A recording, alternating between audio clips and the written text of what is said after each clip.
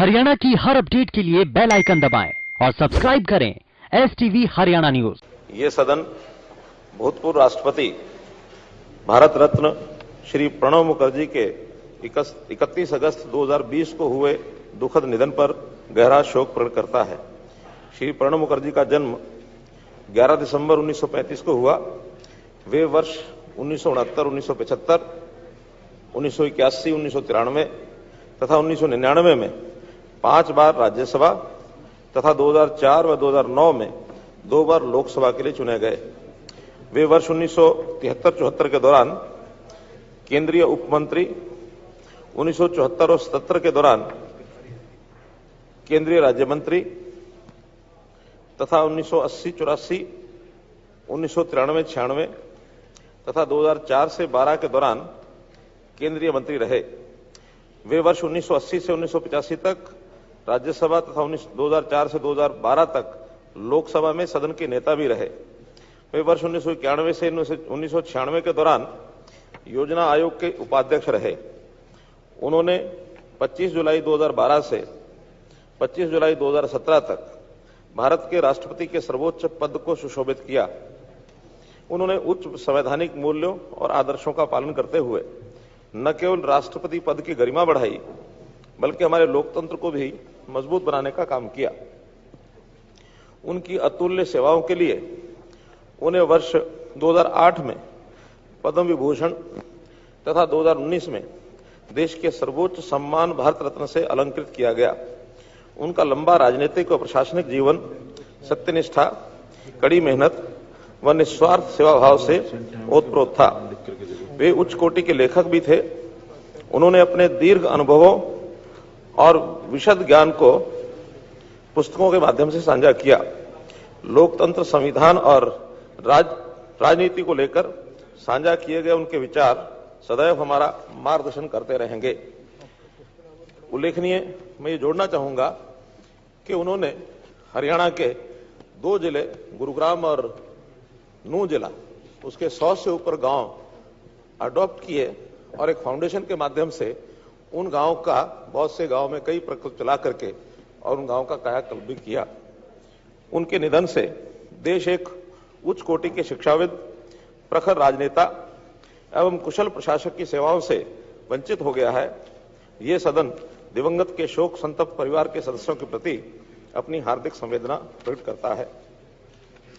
संख्या 2, ये सदन केंद्रीय मंत्री श्री रामविलास पासवान के 8 अक्टूबर 2020 को हुए दुखद निधन पर गहरा शोक प्रकट करता है। श्री रामविलास पासवान का जन्म 5 जुलाई 1940 को हुआ। वे वर्ष 1969 में बिहार विधानसभा के सदस्य चुने गए। वे वर्ष 1977, 1980, 1989, 1991, 1996, 1998, 1999, 2004 व 2014 में 9 बार लोकसभा तथा 2010 व 2019 में 2 बार राज्यसभा के लिए चुने गए। वे वर्ष 1989-90, 1996, 2002, 2004, 2009 तथा 2014 से अपने अंतिम समय तक केंद्रीय मंत्री रहे। उन्हें केंद्रीय मंत्रिमंडल में रहते हुए रेलवे, श्रम एवं कल्याण, संसदीय मामले, संचार एवं सूचना प्रौद्योगिकी, रसायन एवं उर्वरक, इस्पात, उपभोक्ता मामले, खाद्य एवं सार्वजनिक वितरण जैसे महत्वपूर्ण मंत्रालय संभालने का गौरव हासिल हुआ। उन्होंने अपना संपूर्ण जीवन जन सेवा को समर्पित कर दिया। उनके निधन से देश एक अनुभवी राजनीतिज्ञ एवं कुशल प्रशासक की सेवाओं से वंचित हो गया है।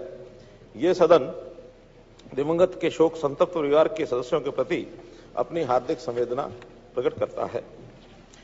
शोक प्रस्ताव संख्या 3, ये सदन केंद्रीय राज्य मंत्री श्री सुरेश अंगड़ी के 23 सितंबर 2020 को हुए दुखद निधन पर गहरा शोक प्रकट करता है। श्री सुरेश अंगड़ी का जन्म 1 जून 1955 को हुआ। वे वर्ष 2004, 2009, 2014 तथा 2019 में 4 बार लोकसभा के सदस्य चुने गए। वे 30 मई 2019 से अपने अंतिम समय तक केंद्रीय राज्य मंत्री रहे। उन्होंने गांव व ग्रामीण युवाओं की शिक्षा के लिए कार्य किया। उनके निधन से देश एक अनुभवी राजनीतिज्ञ एवं कुशल प्रशासक की सेवाओं से वंचित हो गया है। ये सदन दिवंगत के शोक संतप्त परिवार के सदस्यों के प्रति अपनी हार्दिक संवेदना प्रकट करता है। शोक प्रस्ताव संख्या 4। यह सदन भूतपूर्व केंद्रीय मंत्री श्री जसवंत सिंह के 27 सितंबर 2020 को हुए दुखद निधन पर गहरा शोक प्रकट करता है। श्री जसवंत सिंह का जन्म 3 जनवरी 1938 को हुआ। वे वर्ष 1980, 1986, 1998, 1999 व 2004 में 5 बार राज्यसभा तथा 1990, 1991, 1996 व 2009 में 4 बार लोकसभा के सदस्य चुने गए। वे वर्ष 1996 तथा 1998, 2004 के दौरान केंद्रीय मंत्री रहे। उन्हें केंद्रीय मंत्रिमंडल में रहते हुए वित्त, रक्षा, भूतल परिवहन तथा विदेश मंत्रालय संभालने का गौरव हासिल हुआ। वे राज्यसभा में विपक्ष के नेता तथा 1998 से 1999 के दौरान योजना आयोग के उपाध्यक्ष भी रहे। उन्होंने विदेश मामलों, सुरक्षा, विकास के मुद्दों पर राष्ट्रीय व अंतर्राष्ट्रीय समाचार पत्रों व पत्रिकाओं में अनेक लेख लिखे। वे स्वाभिमानी, अनुशासन प्रिय और स्पष्टवादी थे। उनकी विशिष्ट सेवाओं के लिए राष्ट्र उन्हें सदैव कृतज्ञता के भाव से याद रखेगा। उनके निधन से देश एक प्रखर राजनेता एवं कुशल प्रशासक की सेवाओं से वंचित हो गया है। ये सदन दिवंगत के शोक संतप्त परिवार के सदस्यों के प्रति अपनी हार्दिक संवेदना प्रकट करता है। शोक प्रस्ताव संख्या 5। यह सदन हरियाणा के भूतपूर्व रक्षा मंत्री स्वामी अग्निवेश के 11 सितंबर 2020 को हुए दुखद निधन पर गहरा शोक प्रकट करता है। उनका जन्म 21 सितंबर 1939 को हुआ। वे वर्ष 1977 में हरियाणा विधानसभा के सदस्य चुने गए तथा 1979 के दौरान मंत्री रहे। वे एक सच्चे समाज सुधारक थे। उन्होंने बंधुआ मजदूरी के खिलाफ सफल अभियान चलाया। उनके निधन से राज्य एक योग्य विधायक एवं कुशल प्रशासक की सेवाओं से वंचित हो गया है। ये सदन दिवंगत के शोक संतप्त परिवार के सदस्यों के प्रति अपनी हार्दिक संवेदना प्रकट करता है। शोक प्रस्ताव संख्या 6। यह सदन हरियाणा विधानसभा के भूतपूर्व सदस्य श्री देवराज दीवान के 18 अक्टूबर 2020 को हुए दुखद निधन पर गहरा शोक प्रकट करता है। उनका जन्म 20 जून 1943 को हुआ। वे वर्ष 1996 तथा 2000 में हरियाणा विधानसभा के सदस्य चुने गए। उनके निधन से राज्य एक अनुभवी विधायक की सेवाओं से वंचित हो गया है। ये सदन दिवंगत के शोक संतप्त परिवार के सदस्यों के प्रति अपनी हार्दिक संवेदना प्रकट करता है। शोक प्रस्ताव संख्या 7। यह सदन हरियाणा विधानसभा के भूतपूर्व सदस्य श्री मामूराम के 29 सितंबर 2020 को हुए दुखद निधन पर गहरा शोक प्रकट करता है। उनका जन्म 4 मई 1947 को हुआ। वे वर्ष 2009 में हरियाणा विधानसभा के सदस्य चुने गए। वे समाज के गरीब एवं कमजोर वर्ग के लोगों के कल्याण एवं उत्थान के लिए सदैव समर्पित रहे। उनके निधन से राज्य एक योग्य विधायक की सेवाओं से वंचित हो गया है। ये सदन दिवंगत के शोक संतप्त परिवार के सदस्यों के प्रति अपनी हार्दिक संवेदना प्रकट करता है। शोक प्रस्ताव 8। ये सदन हरियाणा विधानसभा की भूतपूर्व सदस्य श्रीमती सरोज के 16 अक्टूबर 2020 को हुए दुखद निधन पर गहरा शोक प्रकट करता है। उनका जन्म 10 जनवरी 1961 को हुआ। वे वर्ष 2009 में हरियाणा विधानसभा की सदस्य चुनी गई। उनकी धार्मिक तथा सामाजिक कार्यों में विशेष रुचि थी। उनके निधन से राज्य एक योग्य विधायक की सेवाओं से वंचित हो गया है। ये सदन दिवंगत के शोक संतप्त परिवार के सदस्यों के प्रति अपनी हार्दिक संवेदना प्रकट करता है। शोक प्रस्ताव संख्या 9। यह सदन रोहतक जिले के स्वतंत्रता सेनानी श्रीमती कलावती के 20 सितंबर 2020 को हुए दुखद निधन पर गहरा शोक प्रकट करता है। यह सदन दिवंगत के शोक संतप्त परिवार के सदस्यों के प्रति अपनी हार्दिक संवेदना प्रकट करता है। शोक प्रस्ताव 10। यह सदन प्रदेश के उन वीर सैनिकों को अपना अश्रुपूर्ण नमन करता है जिन्होंने मातृभूमि की एकता और अखंडता की रक्षा के लिए अदम्य साहस और वीरता का परिचय देते हुए अपने प्राण न्यौछावर कर दिए। इन वीर सैनिकों के नाम इस प्रकार हैं: कर्नल विनय कुमार यादव, गांव नूनसर, जिला भिवानी; लेफ्टिनेंट कर्नल सत्यदीप डांडा, गांव भगाना, जिला हिसार; उप निरीक्षक शशांक रावत, पलवल; सहायक उप निरीक्षक प्रेमचंद, गांव बहादुरपुरा, जिला कुरुक्षेत्र; नायब सूबेदार अशोक कुमार, गांव लडरावण, जिला झज्जर; हवलदार दीवान सिंह, गांव आनावास, जिला महेंद्रगढ़; हवलदार दीवानचंद, गांव बस्सी अकबरपुर, जिला करनाल; नायक सतीश, गांव नंगला, जिला महेंद्रगढ़; सिपाही जगमीत सिंह, गांव बड़तौली, जिला कुरुक्षेत्र; सिपाही भूपेंद्र सिंह, गांव रानीला बास, जिला चरखी दादरी; सिपाही कुलविंदर सिंह, गांव अंधेरी, जिला अंबाला; सिपाही श्री भगवान, गांव दातोली, जिला चरखी दादरी; सिपाही कुलदीप, गांव बौंदकला, जिला चरखी दादरी। यह सदन इन वीरों की शहादत पर शत शत नमन करता है और शोक संतप्त परिजनों के प्रति अपनी हार्दिक संवेदना प्रकट करता है। शोक प्रस्ताव 11। यह सदन केंद्रीय राज्य मंत्री श्री रतनलाल कटारिया की माता श्रीमती परवारी देवी, सांसद श्री धर्मवीर सिंह के ससुर श्री शुभराम, विधायक राव दान सिंह के भाई राव रामपाल, विधायक श्री सुभाष सुधा के भाई श्री रमेश सुधा, विधायक श्री जगदीश नायर के भाई श्री राजवीर सिंह नायर, विधायक श्री घनश्याम दास अरोड़ा के भाई श्री राधेश्याम, विधायक श्री बलबीर सिंह की सास श्रीमती कमला देवी, पूर्व मंत्री श्री ओम प्रकाश महाजन के भाई श्री हंसराज महाजन, पूर्व मुख्य संसदीय सचिव श्री जिलेराम शर्मा के पिता श्री इंद्राज शर्मा, पूर्व विधायक श्री शेरसिंह बिरसामी की भाभी श्रीमती प्रकाश कौर तथा पूर्व विधायक श्री गंगाराम के पोते श्री मोहित कुमार के दुखद निधन पर गहरा शोक प्रकट करता है। विधायक श्री विशंबर वाल्मीकि की सास श्रीमती रोशनी देवी का भी स्वर्गवास हुआ है। यह सदन दिवंगतों के शोक संतप्त परिजनों के प्रति अपनी हार्दिक संवेदना प्रकट करता है। चौधरी भूपेंद्र सिंह हुड्डा जी। जैसा नेता सदन ने प्रस्ताव रखा है उसको आगे ले जाते हुए यह सदन भूतपूर्व राष्ट्रपति भारत रत्न श्री प्रणब मुखर्जी के 31 अगस्त 2020 को हुए दुखद निधन पर गहरा शोक प्रकट करता है। श्री प्रणब मुखर्जी का जन्म 11 दिसंबर 1935 को हुआ। वे वर्ष 69, 75, 81, 93 और तथा 99 में 5 बार राज्यसभा तथा 2004 व 2009 में 2 बार लोकसभा के सदस्य के लिए चुने गए। वे 73-74 के दौरान केंद्रीय उपमंत्री, 74-77 के दौरान केंद्रीय राज्य मंत्री और 80 से 84, 93 से 96 तथा 2004 से 2012 के दौरान केंद्रीय मंत्री रहे। वे वर्ष 1980 से 85 तक राज्यसभा तथा 2004 से 2012 तक लोकसभा के सदन के नेता भी रहे। वे वर्ष 91 से 96 के दौरान योजना आयोग के उपाध्यक्ष रहे।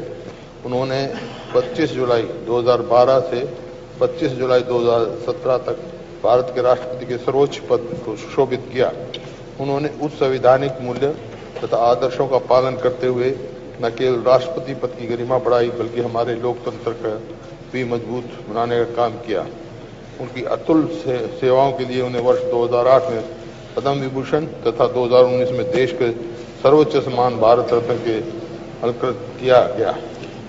उनका लंबा राजनीतिक व प्रशासनिक जीवन सत्यनिष्ठा, कड़ी मेहनत व निस्वार्थ सेवा भाव से ओतप्रोत रहा। और अध्यक्ष महोदय, उनके साथ मेरी 3 पीढ़ियों को मौका मिला उनके साथ काम करने के लिए। वो मेरे पिताजी के साथ भी सदस्य रहे राज्यसभा में, मेरे साथ लोकसभा में रहे और मेरे सपुत्र के साथ भी लोकसभा में रहे। तो कई दफा वो कहते थे ऐसे तो तुम्हारे साथ, तुम्हारी 3 पीढ़ियों के साथ काम मैंने किया है और बहुत ही घनिष्ठ संबंध थे मेरे पिताजी के और हमारे पारिवारिक। वे उच्च कोटि के लेखक भी थे। उन्होंने अपने दीर्घ अनुभवों और विशुद्ध ज्ञान को पुस्तकों के माध्यम से साझा किया। लोकतंत्र, संविधान और राजनीति को लेकर साझा किए गए उनके विचार सदैव हमारे मार्गदर्शन करते रहेंगे। उनके निधन से देश एक उच्चकोटि के शिक्षाविद, प्रखर राजनेता एवं कुशल प्रशासक की सेवाओं से वंचित हो गया है। यह देश दिवंगत के शोक संतप्त परिवार के सदस्यों के प्रति अपनी हार्दिक संवेदना प्रकट करता है। यह सदन केंद्रीय मंत्री श्री रामविलास पासवान के 8 अक्टूबर 2020 को हुए दुखद निधन पर गहरा शोक प्रकट करता है। श्री रामविलास पासवान का जन्म 5 जुलाई 1946 को हुआ। वह वर्ष 69 में बिहार विधानसभा के सदस्य चुने गए।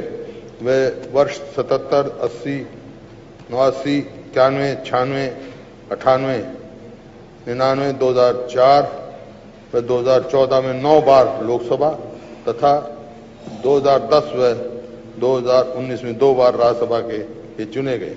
वे वर्ष 89, 90, 96, 2002, 2004 से 2009 तथा 2014 से अपने अंतिम समय तक केंद्रीय मंत्री रहे। उन्हें केंद्रीय मंत्रिमंडल में रहते हुए रेलवे, श्रम एवं कल्याण, संसदीय मामले, संचार एवं सूचना प्रौद्योगिकी, रसायन एवं उर्वरक, इस्पात, उपभोक्ता मामला, खाद्य व सार्वजनिक वितरण जैसे महत्वपूर्ण मंत्रालय संभालने का गौरव हासिल हुआ। उन्होंने अपना संपूर्ण जीवन जन सेवा को समर्पित किया और मेरे को भी 4 बार उनके साथ लोकसभा में रहने का मौका मिला। 91, 96, 98 और 2004 में लोकसभा सांसद रहे। वो मेरे बड़े अच्छे मित्र थे। उनके निधन से देश के एक अनुभवी राजनीतिक एवं कुशल प्रशासक की सेवाओं से वंचित हो गया है। यह सदन दिवंगत के शोक संतप्त परिवार के सदस्यों के प्रति अपनी हार्दिक संवेदना प्रकट करता है। यह सदन केंद्रीय राज्य मंत्री श्री सुरेश अगड़ी के 23 सितंबर 2020 को हुए दुखद निधन पर गहरा शोक प्रकट करता है। श्री सुरेश अगड़ी का जन्म 1 जून 1955 को हुआ। वे वर्ष 2004, 9, 14 और 19 में 4 बार लोकसभा के सदस्य चुने गए। वे 30 मई 2019 से अपने अंतिम समय तक केंद्रीय राज्य मंत्री रहे। उन्होंने गरीब व ग्रामीण युवाओं की शिक्षा के लिए कार्य किया। उनके निधन से देश एक अनुभवी राजनीतिज्ञ एवं कुशल प्रशासक की सेवाओं से वंचित हो गया है। यह सदन दिवंगत के शोक संतप्त परिवार के सदस्यों के प्रति अपनी हार्दिक संवेदना प्रकट करता है।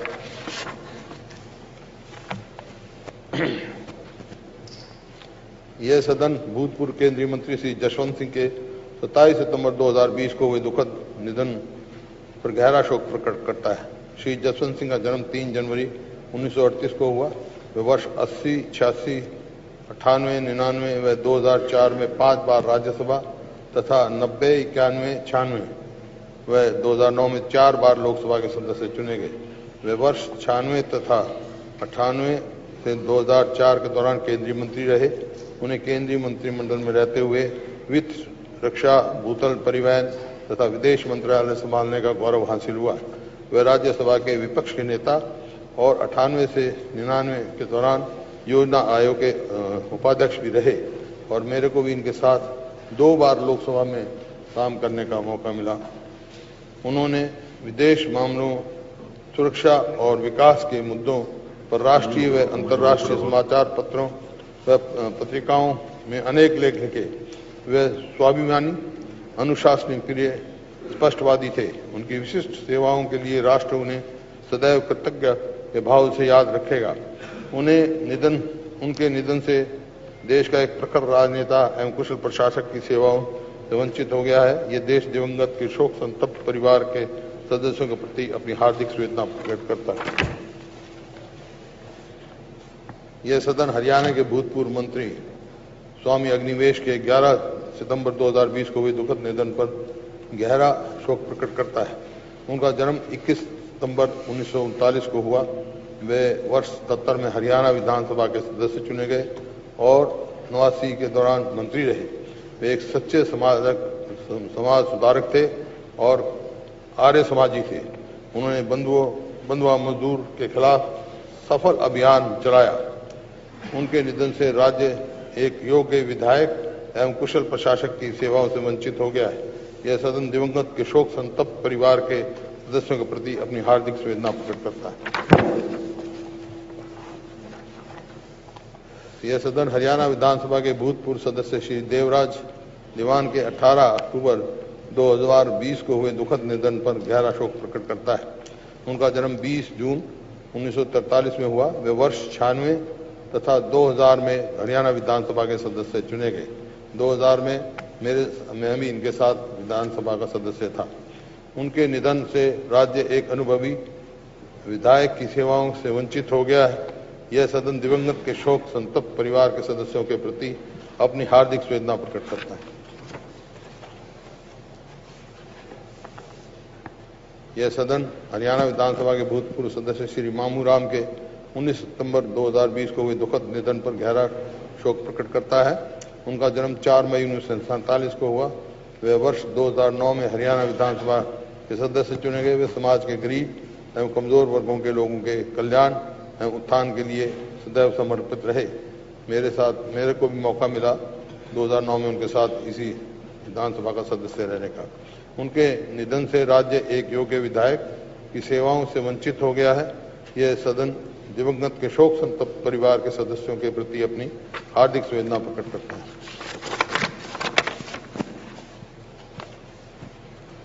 यह सदन हरियाणा विधानसभा की भूतपूर्व सदस्य श्रीमती सरोज के 16 अक्टूबर 2020 को दुखद निधन पर गहरा शोक प्रकट करता है।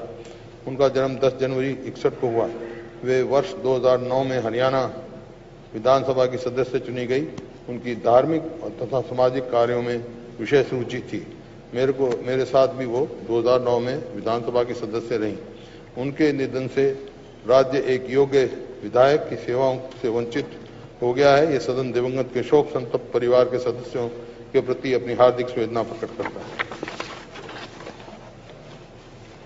यह सदन रोहतक जिले के स्वतंत्र सेनानी श्रीमती कलावती के 20 सितंबर 2020 को हुए दुखद निधन पर गहरा शोक प्रकट करता है। यह सदन दिवंगत के शोक संतप्त परिवार के सदस्यों के प्रति अपनी हार्दिक संवेदना प्रकट करता है।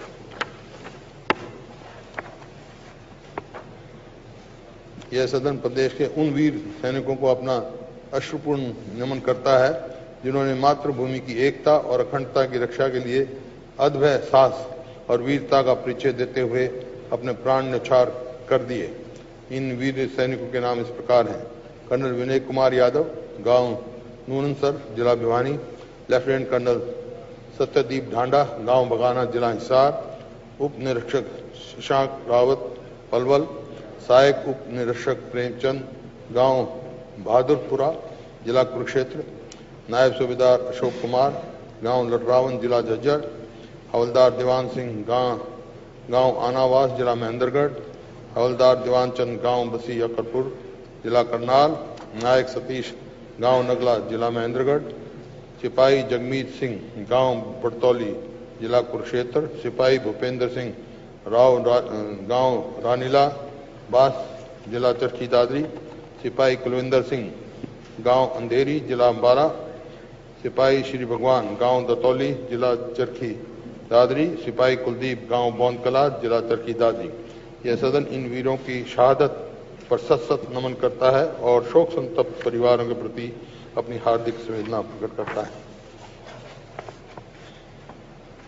यह सदन केंद्रीय राज्य मंत्री श्री रतनलाल कटारिया की माता श्रीमती परवारी देवी, सांसद श्री धर्मवीर सिंह के ससुर श्री शुभराम, विधायक राव दान सिंह के भाई राव रामपाल वोरा जी, विधायक श्री सुभाष सुधा के भाई श्री रमेश सुधा, विधायक श्री जगदीश नायर के भाई श्री राजवीर सिंह नायर, विधायक श्री घनश्याम दास अरोड़ा के भाई श्री राधेश्याम, विधायक श्री बलबीर सिंह की सास श्रीमती कमला देवी, पूर्व मंत्री श्री ओम प्रकाश महाजन के भाई श्री हंसराज महाजन, पूर्व मुख्य संसदीय सचिव श्री जिलेराम शर्मा के पिता श्री इंद्राज शर्मा, पूर्व विधायक श्री शेर सिंह बड़सामी की भाभी श्रीमती प्रकाश कौर तथा पूर्व विधायक श्री गंगाराम के पोते श्री मोहित कुमार के दुखद निधन पर गहरा शोक प्रकट करता है। ये सदन दिवंगतों के शोक संतप्त परिवार के प्रति अपनी हार्दिक संवेदना प्रकट करता है।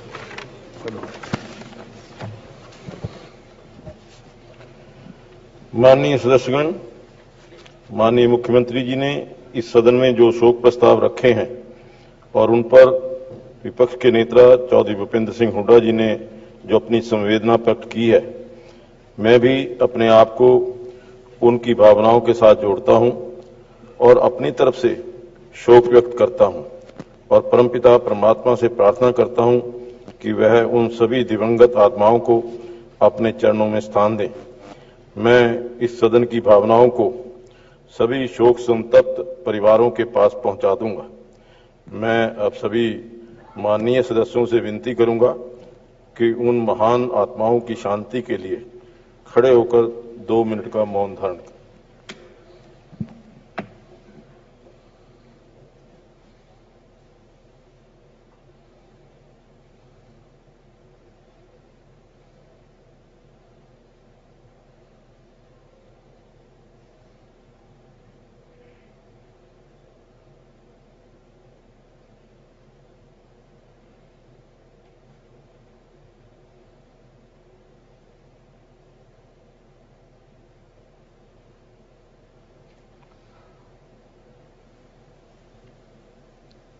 ओम शांति शांति।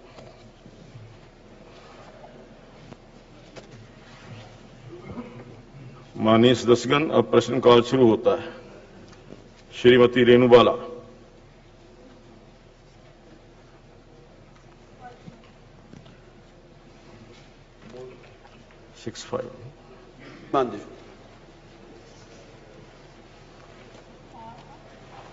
आदरणीय अध्यक्ष महोदय जी, मैं आपके माध्यम से माननीय स्पीकर साहब से कहना चाहूँगी कि अपना यमुनानगर और बिलासपुर जिले में विधि महाविद्यालय खोलने का कोई प्रस्ताव है, तो अगर है तो हाँ या नहीं? नहीं कह दिया मैडम मैंने, उन्होंने मना कर। लेकिन मैं आपसे कहना चाहूँगी कि हमारे जिले में यमुनानगर में अपना लॉ का जो कॉलेज है उसकी ज़रूरत भी है और मैं माननीय स्पीकर साहब के माध्यम से कहना चाहूँगी अपना शिक्षा मंत्री जी से कि वहाँ हमारे ज़िले में जो लड़कियाँ हैं वो खास करके लड़कियों के लिए मैं कहना चाहूँगी कि लॉ करने के लिए वो हमारे ज़िले से बाहर या प्रदेश से बाहर उनको जाना पड़ता है, तो हमारे ज़िले में लॉ कॉलेज की आवश्यकता है, तो अगर खुल जाए तो बहुत अच्छा होगा। मैं थोड़ा जवाब दे दूंगी। माननीय अध्यक्ष महोदय, यमुनानगर से 42 किलोमीटर और बिलासपुर से 45 किलोमीटर पे अम्बाड़ा में अब्दुलगढ़ एक जगह है, वहां पे लॉ कॉलेज है जिसमें 602। Sir, answer is laid on the table.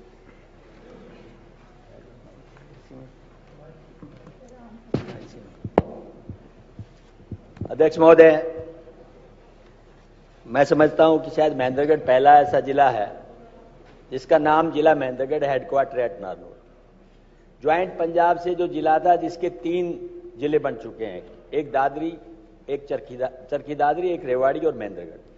पिछले दिनों एक समाचार पत्र के माध्यम से खबर आई कि सरकार 2 जिले बनाना चाह रही है और नारनौल को भी जिला बनाना चाह रही है। इस संदर्भ में ये बात मैंने पूछी थी और ये एक एप्रीहेंशन है हमारी कि जब जिले का नाम बनाए जिला बहुत खुशी है, लेकिन जिले का नाम बदलने की सिर्फ खाली बात है तो वो हमारे लिए तकलीफ की बात है, क्योंकि पहले भी हमारे साथ हो चुका है। इसी सदन के पटल के ऊपर हमने एक मांग रखी थी कि नेशनल हाईवे हमारा जो कनेक्ट करता है कोटपुतली से, उस नेशनल हाईवे को डीनोटिफाई करके स्टेट हाईवे बना दिया गया।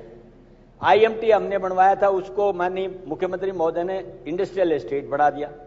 वहां पर किसान मॉडल स्कूल बनाया था, उसके कार्य को रोक दिया गया। आज रोडों की व्यवस्था जिस तरह की है वो मैं समझ सकता हूं कि माननीय स्वयं डिप्टी मुख्यमंत्री जी वहां जाएं और देखें तो लोगों से इस बात का एहसास हो जाएगा। आज अगर फिर ये बात ऐसी आई कि जिले का नाम ही बदल रहे हैं तो उस बारे में एक एप्रीहेंशन थी जिस बारे में मैंने प्रश्न पूछा था। मुझे पूरा विश्वास है जब सरकार जिला बनाने की बात करेगी तो सबसे पहली प्राथमिकता जिला महेंद्रगढ़ को एज इट इज रख के नारनौल को जिला बना दे, इसके लिए हमें खुशी होगी। ये बात मैं कहना चाहता हूँ। अध्यक्ष जी, माननीय सदस्य ने शायद जवाब पढ़ा नहीं है।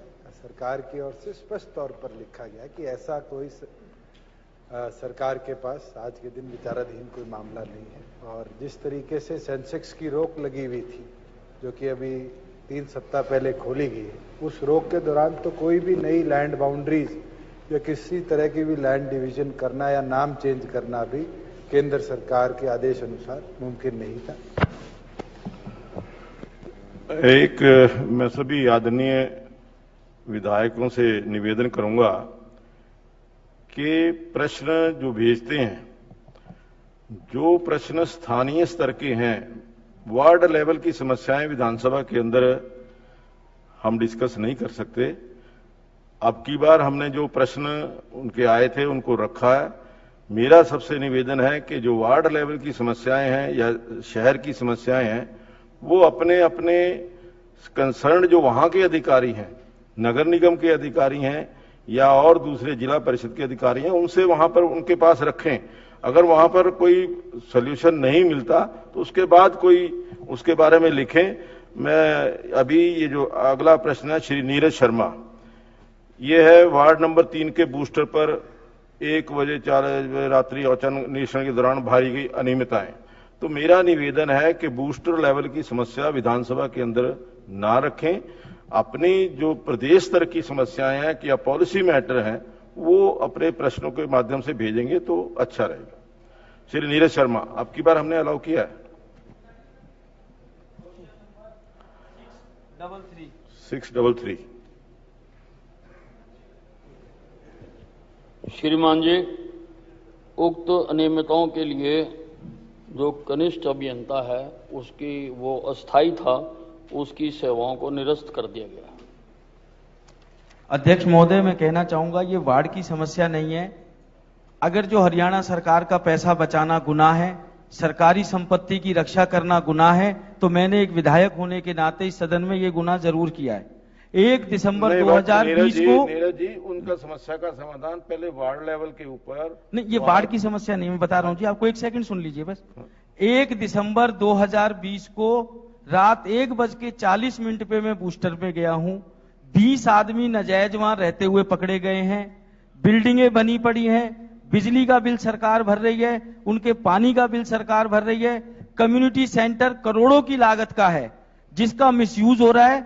और मैं धक्के खा खा के चंडीगढ़ में कमेटी लो, अफसर लो, नगर निगम लो, डीसी लो, सरकार का एक कोना ऐसा बता दे जो इस भ्रष्टाचार के खिलाफ मैंने आवाज ना उठाई। जब मैंने विधानसभा में क्वेश्चन लगाया है तो एक दिन पहले जई की नौकरी गई है। और सर, मैं सदन का बहुत समय नहीं लेना चाहता हूं। ये हमारे नगर निगम के भ्रष्टाचार की और चीजें हैं, सदन में भी उठाई हैं, कृपया इसको पटल पे रखा जाए। मैं भी चाहता हूं कि मेरे को 2 मिनट ही मिलते हैं एक सवाल के लिए, 2 मिनट में मेरी बात पूरी हो जाए। मेरा शायद लोकल लेवल पे काम होता तो मैं सदन का समय जाहिर नहीं करता। और इसमें मेरा एक प्रश्न था कि कार्रवाई नहीं हुई, क्या कारण है? अफसरों ने उसी दिन रिपोर्ट बना दी, क्या उस जई से हमने वसूली करी जो हमारे सरकारी पैसे का मिसयूज हुआ?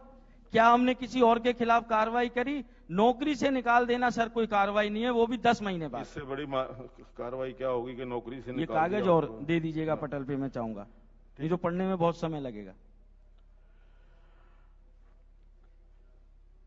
नेक्स्ट श्री बलबीर सिंह जी।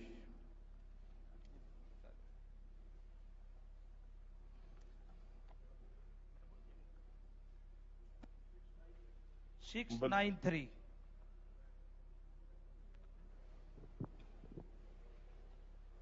693 परिवहन मंत्री जी।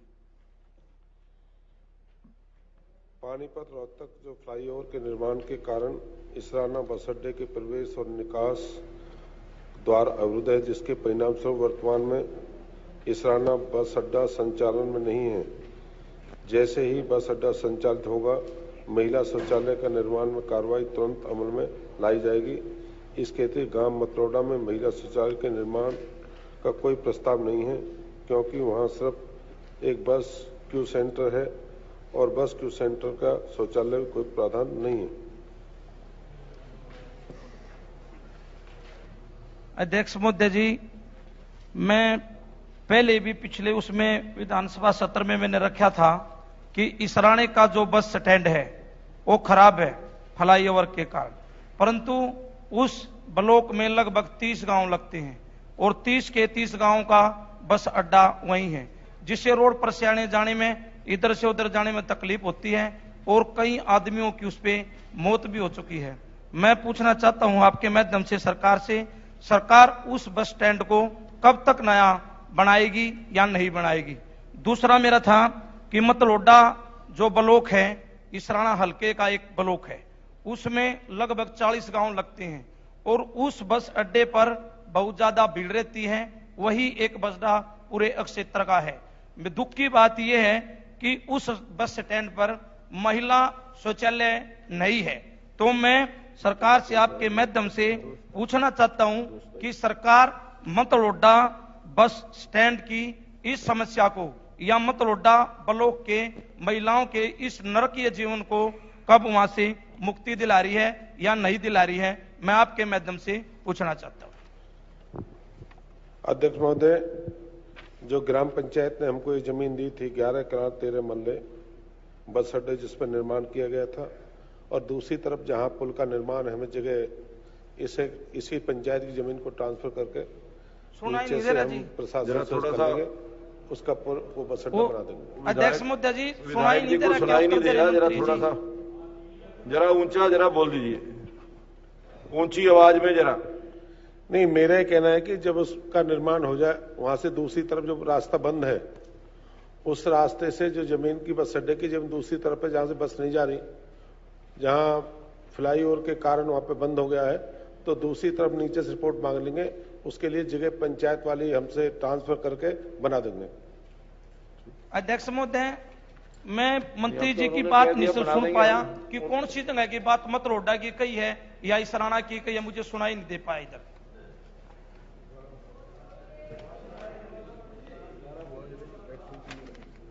मेरा विधायक जी कहना है जो बस अड्डा इसराना पानीपत डिपो के अंतर्गत आता है, इसराना NH 71A पानीपत गोहाना के बीच में स्थित है। यह पानीपत 20 किलोमीटर, गोहाना 25 किलोमीटर की दूरी पर है। इसराना में 11 कनाल 13 मल्ले पे 3 वेज का बस अड्डे का निर्माण किया गया है। इस बस अड्डे के निर्माण में 23,50,000 रुपए की लागत से किया गया था।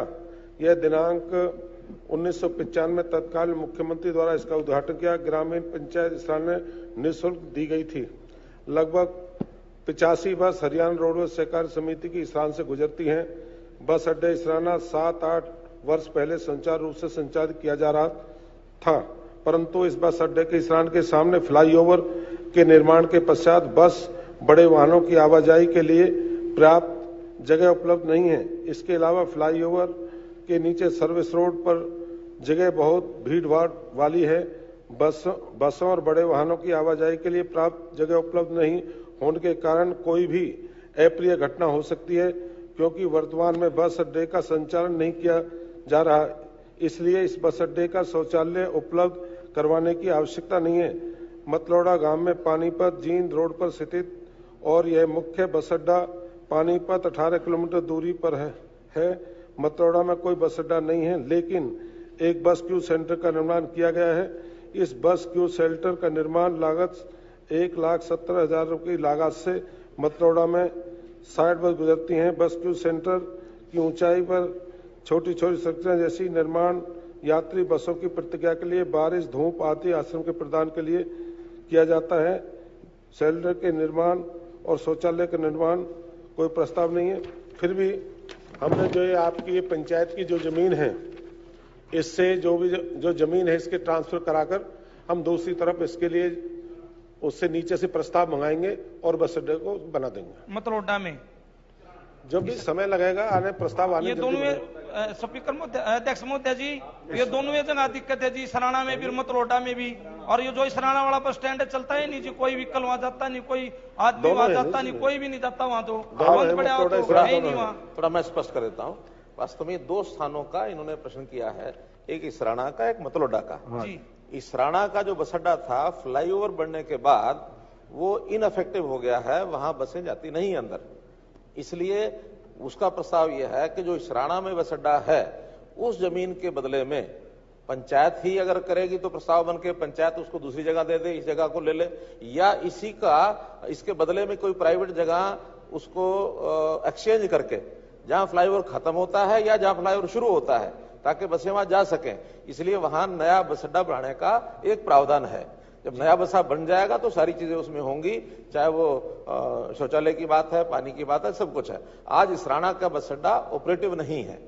दूसरा मतलोडा में बस अड्डा नहीं है। मतलोडा में एक केवल बस क्यू शेल्टर बना हुआ है और बस क्यू शेल्टर पर ऐसी कोई व्यवस्थाएं शौचालय की इसकी उसकी नहीं होती हैं।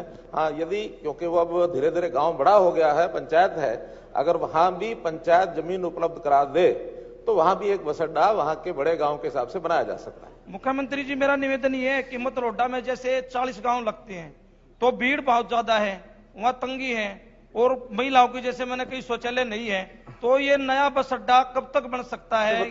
आप जमीन उपलब्ध करा दीजिए, वहां की मतलोडा की जमीन उपलब्ध करा दीजिए, तुरंत बस अड्डा बनेगा। ठीक है, मैं कहने लग रहा जी, जब लग ये नया नहीं बन सकता, शौचालय बनवाओ जी। कोई सभी बड़ी दिक्कत है जी लोगों को, इलाके की बड़ी मांग है। आपको पूरा डिटेल में बता दिया आपको। ठीक है सर। श्री शीशपाल सिंह केरवाला। नहीं श्रीमान। हाँ जी,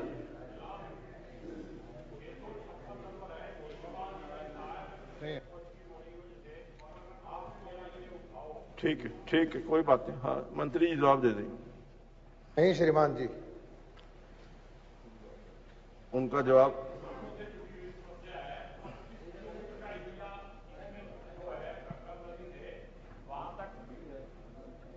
पानी का कोई इंतजाम नहीं है, खेती के लिए उनको प्रॉब्लम होती है, तो सरकार थोड़ा सिंथेटिक व्यू लेके इसका प्रावधान करे ताकि किसानों को आगे आने वाले समय में ये प्रॉब्लम दूर हो सके। मंत्री जी कुछ कहना चाहेंगे? जो उन्होंने कहा है कि वहां कोई प्रावधान हो सकता है, जो समस्या उन्होंने बताई है। नहीं समझ में नहीं आया, क्या पूछ रहे हैं आप? हाँ जी, आवाज नहीं आ रही समझ, क्या पूछा है? माइक दो।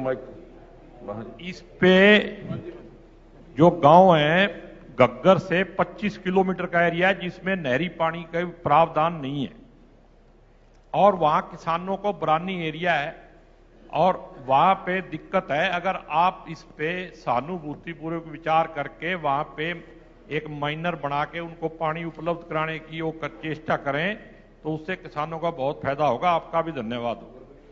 पहले तो मैं इस क्षेत्र के अंदर आपासी पूरी है, 150% से ज्यादा सिंचाई नहर से होती है।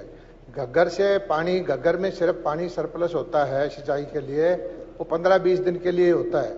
बाकी में जो नहरें निकली हुई हैं उसमें भी पानी 63 बुर्जी से एक नहर निकाली है, उसमें 15-20 दिन पानी चलता है। तो उस चीज को देखते हुए, व्यवहार देते हुए आपने जो मांग की है, यहाँ नहर निकाल के पानी देना, इतना पानी इस घग्गर में नहीं होता है। चलो फिर भी डिस्कस कर लो, जो थोड़ी बहुत फायदा हो जाए। डिस्कस करने से तो नहीं, पानी चाहिए। पानी जब नहीं है तो नहर किस लिए निकालें? श्री हरविंदर कल्याण जी। 593।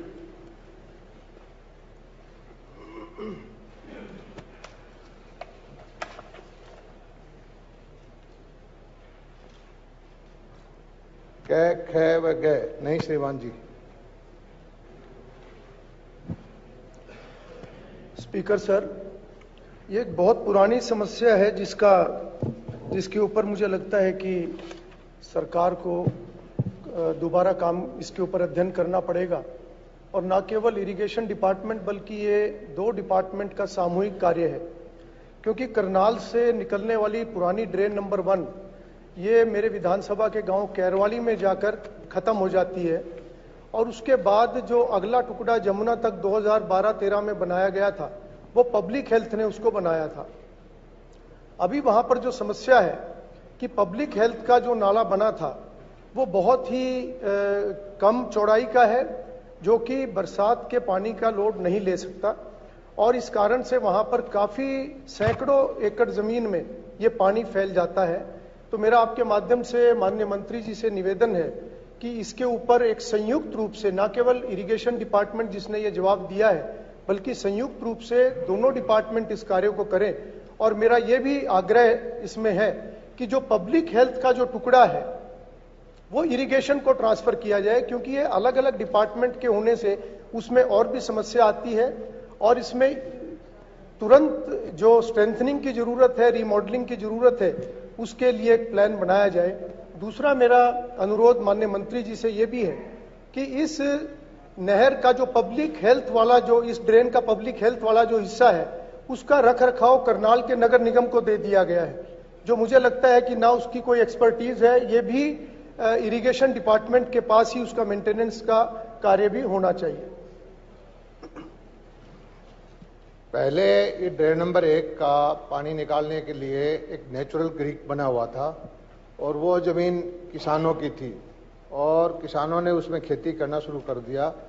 तो कभी कभी ये समस्या, आपकी बात जायज़ है कि खेतों में पानी भर जाता है, लेकिन उसका समाधान करने के लिए जो पब्लिक हेल्थ का जो नाला था निकाल के वहाँ से पानी निकालने की एक व्यवस्था की गई और उससे शहर का जो सीवरेज का पानी भी उससे जाता है। तो अभी जो आपकी मांग है कि और इसकी कैपेसिटी बढ़ाई जाए, तो इसके बारे में मैं विभाग को बोलूँगा कि दोबारा से एक बार विचार करें और आपके सामने करके मीटिंग करके जो भी कोई साधन निकलेगा आपके सामने विचार करें।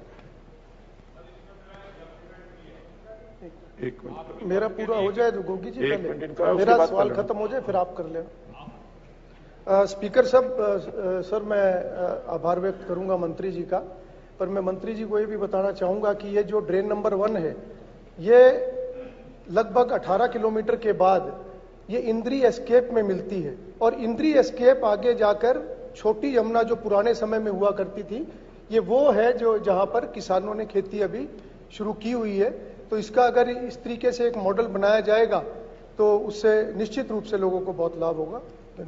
नहीं, वो बताया था कि पहले नेचुरल क्रीक था और जब मलकियत जो जमीन की किसानों के पास थी, अब वो वहां पर उन्होंने इसको नाले को खत्म कर दिया है।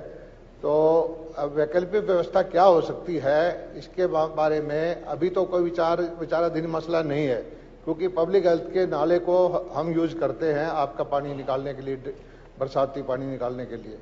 लेकिन उससे आपकी जैसे आपकी मांग है कि पानी उसकी कैपेसिटी कम है, तो विभाग से आपके सामने बुला के देखेंगे कि और वैकल्पिक व्यवस्था क्या हो सकती है, उस पर विचार करेंगे। स्पीकर सर, मैं इसमें एक बात जरूर जोड़ना चाहूंगा कि पब्लिक हेल्थ का वहां पर कोई विषय ही नहीं आता है। ये 2012-13 में ये फैसला कैसे हुआ उसकी गहराई में मैं नहीं जाना चाहूंगा, पर ये इरिगेशन का विषय है, इरिगेशन के पास ही रहना चाहिए। एक बार मंत्री जी से मिलकर थोड़ा सा चर्चा कर लेंगे तो ज्यादा। मैं इसमें ऐड करना चाहता हूं कि ये एक ड्रेन नंबर 1 की प्रॉब्लम नहीं है। करनाल के अंदर जितने भी पुराने नाले हैं, जितनी ड्रेन है, अगर उनको जो आज के दिन गांव में भी पानी भरा हुआ है और गंदगी फैली हुई है, वो बंद हो गए, उनके ऊपर कोई रख रखाव जो है सही ढंग से उसका सदुपयोग नहीं हो रहा है। अगर उनको सबको ठीक तरह से किया जाए और गांव से ड्रेनेज वहां बनाई जाए तो बहुत सारी समस्याएं हल हो सकती हैं। और सबसे बड़ी समस्या जो कल्याण साहब नहीं बता सकते, मैं बता सकता हूं, वो ड्रेन को सफाई ही नहीं होती, वो कागजों में होती है। अभी ये पानी आया, मेरे हलके में बाढ़ आई, तो मैं हांसी बुटाना नहर के ऊपर चेक करने के लिए गया तो ट्यूबवेल चल रहे थे, पानी उल्टा चल रहा कैथल की तरफ।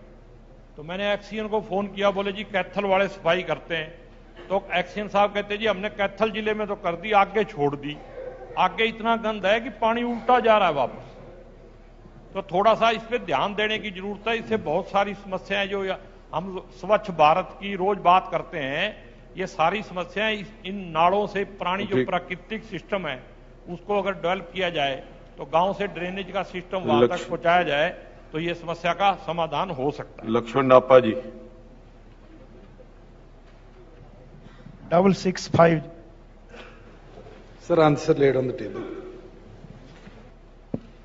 मैं अध्यक्ष महोदय आपके माध्यम से माननीय उप मुख्यमंत्री जी से इनका जो जवाब आया कि 11 करोड़ 35 लाख रुपए की राशि आई है, लेकिन ये राशि 2017-18 की है और इस फाइनेंशियल ईयर में कोई भी मेरे हिसाब से एक भी मकान अभी तक प्रधानमंत्री आवास योजना का नहीं आया है। तो मैं माननीय उप मुख्यमंत्री से जो पूछना चाहता हूं कि इसमें क्या दिक्कत है, तो इसमें सेंटर की भी योजना है? माननीय अध्यक्ष जी, जो माननीय सदस्य ने बात रखी, अब तक हरियाणा प्रदेश में 20,432 आवास योजना के तहत मकान दिए गए, जिनके अंदर कुल 284.92 करोड़ रुपया दुष्यंत जी थोड़ा सा इसके माइक, हाँ माइक से आगे इधर को, हाँ ऐसे कर लो। जहां पहली और दूसरी किस्त की बात है, पूरे प्रदेश के अंदर ये पैसा रिलीज कर दिया गया है और 485 ऐसे मकान ही बकाया है जिनकी तीसरी किस्त जो कंप्लीशन पे होती है वो देनी है। जहां नए मकानों की बात है, केंद्र सरकार की ओर से जनसंख्या भी चल रही है और कोई स्पेसिफिक केसेस जो स्टेट गवर्नमेंट के पास आएंगे हम उनको भी सेंट्रल गवर्नमेंट के साथ टेकअप करेंगे, क्योंकि हाउसिंग फॉर ऑल हरियाणा प्रदेश के अंदर भी हमने एक विभाग बनाया है जिसमें अर्बन रूरल हाउसिंग को इकट्ठा करके जितने और हाउसिंग प्रोग्राम स्टेट गवर्नमेंट के चलते थे आने वाले भविष्य में उस डिपार्टमेंट के माध्यम से ही टेकअप किए जाएंगे। धन्यवाद।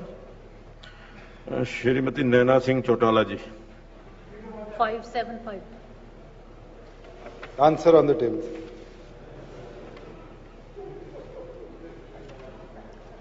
स्पीकर सर, मैं आपके माध्यम से मंत्री जी से पूछना चाहूंगी, मुझे अभी सीएम साहब भी कह रहे थे कि आप ये क्वेश्चन घर में ही पूछ लेते, पर बहुत सारी बातें हैं जो मुझे लगता है यहाँ पूछो तो उनका असर पड़ेगा, क्योंकि बाडरा जो है सीएम साहब ने 3 साल पहले आपने उसको उपमंडल का दर्जा दिया था, पर आज तक बाडड़ा में ना तो जमीन एक्वायर की, ना वहाँ बिल्डिंग बननी स्टार्ट हुई। तो मैं तो आपके माध्यम से स्पीकर से पूछना चाहूंगी, क्या जमीन एक्वायर करके हमें उपमंडल की बिल्डिंग मिलेगी या नहीं मिलेगी? क्योंकि बाडड़ा हल्का पूरे हरियाणा में एक ऐसा हल्का है जिसके लिए उसको दादरी भी जाना पड़ता है, पब्लिक हेल्थ के लिए भिवानी जाना पड़ता है और बहुत सारे काम खुद बाडड़ा में करने पड़ते हैं। तो एक ही हल्के में 2 डीएसपी, 2 एसडीओ, एसडीएम अलग अलग, मतलब समझ ही नहीं आता कि हल्का मतलब कहाँ क्या करें उसका।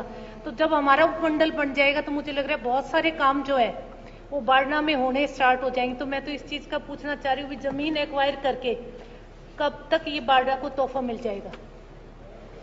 अध्यक्ष जी, जहां तक कंस्ट्रक्शन की बात है, क्योंकि बाडड़ा की पंचायत जो है उसके पास सब डिवीजन बनाने के लिए सफिशिएंट लैंड नहीं है और उसके लिए गवर्नमेंट को लैंड की जरूरत है।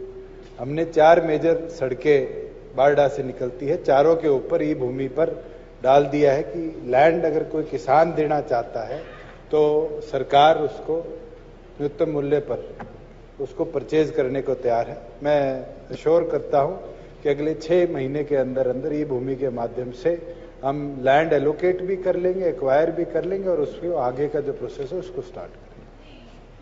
मैं ये कहूंगी कि बाडड़ा के लोग जो है वो लैंड देने के लिए बिल्कुल तैयार है, पर जो रेट गवर्नमेंट तय कर रही है तो जो रेट वहां का होगा किसान तो वही रेट में जमीन देगा ना। अगर सरकार बहुत कम रेट आंकेगी जमीन के तो किसान कैसे जमीन देगा अपनी? तो जो जायज रेट है उस रेट में आप जमीन ले लो और उपमंडल बन जाएगा। अब बिल्कुल कोड़ियों के भाव कोई जमीन जहां नहीं देगा तक ना। रेट्स की बात है, ई भूमि के अंदर ये फ्लेक्सिबिलिटी है कि कलेक्टर रेट या फिर मार्केट रेट के ऊपर जहां भी उचित दाम के ऊपर फार्मर देने को तैयार है वो अपनी ओर से ऑनलाइन ऑफर करते हैं और उसको स्टेट गवर्नमेंट प्रिक्योर करती है। उसके ऊपर जहां भी माननीय विधायिका ने कहा है अगर आप हमें कोई चिन्हित किसान दे देंगे तो डिप्टी कमिश्नर की हम जिम्मेवारी लगाएंगे कि उनको बुलाकर जो हमें 10 एकड़ से ऊपर लैंड चाहिए उसको एलोकेट भी कर ले, उसको ईयर मार्किंग कर ले। बाडड़ा के बारे में माननीय सदन के मुख्यमंत्री जी साहब ने जगह वगैरह सारी देखी हुई है, सिर्फ आपकी परमिशन की जरूरत है और एक बिल्कुल बाडड़ा के पास में है तो आप ऑर्डर कर दो, जमीन सब तैयार है वहाँ। मैं ये एश्योरेंस देता हूं माननीय अध्यक्ष जी हाउस के अंदर कि अगले 1 महीने के अंदर डिप्टी कमिश्नर कंसर्न जो और अधिकारी हैं एक्विजिशन के रिलेटेड उनकी बैठक बुलाकर इस प्रोसेस को 30 दिन के अंदर कंप्लीट करेंगे। किरण जी इसी विषय में है या इसी विषय में है जी? इससे अलग ना हो। मैं अलग, आप जानते हो मैं अलग नहीं पूछती। माननीय विधायिका जी ने बाडड़ा का बहुत अहम प्रश्न उठाया है जी, और एनसीआर के अंदर आता है बाडड़ा। एनसीआर जो है उस समय श्रुति चौधरी के समय पर करा गया था, वो उसका मतलब ये था कि सारी जो सुविधाएं एनसीआर की हों, चाहे जमीन का भी जो है उसका जो कॉम्पनसेशन है वो एनसीआर के मुताबिक जो है मिलना चाहिए। तो मैं माननीय मुख्यमंत्री जी से पूछना चाहती हूँ कि ये आप हमें पक्का बता दीजिए कि वो जो कॉम्पनसेशन देंगे आप जमीन का वो एनसीआर में जो आपके गुड़गांव और यहाँ पे सारा का सारा जो पैसा देते हैं किसानों को उनकी जमीन अधिग्रहण करने पे, वो ही पैसा दोगे या कम दोगे? माननीय अध्यक्ष जी, पहले तो माननीय विधायिका जी ने जो बात कही, क्रेडिट लिया कि कब एनसीआर में डला था, मुझे लगता है आज वहां के निवासी इससे परेशान भी है, चाहे वो ईंट भट्टे मालिक हो, एनसीआर की वजह से वो भी बंद हो जाते हैं। और जहां आप रेट्स की बात कर रहे हैं, मैं एक चीज जरूर बोल सकता हूं कि गुड़गांव और बारडा के लैंड रेट्स के अंदर दिन रात का फर्क है, मगर आप रेस्ट अश्योर्ड रहिए कि जहां मार्केट प्राइस की बात है, फार्मर जिस प्राइस पर देने को सहमत होंगे, सरकार उसी दाम पर खरीदेगी। पहले की तरह नहीं कि सेक्शन 4-6 लगाकर किसान की जमीन को 1.5 लाख, 2 लाख, 5 लाख के दाम पर। डॉक्टर किशन मिड्डा जी। 513 जी।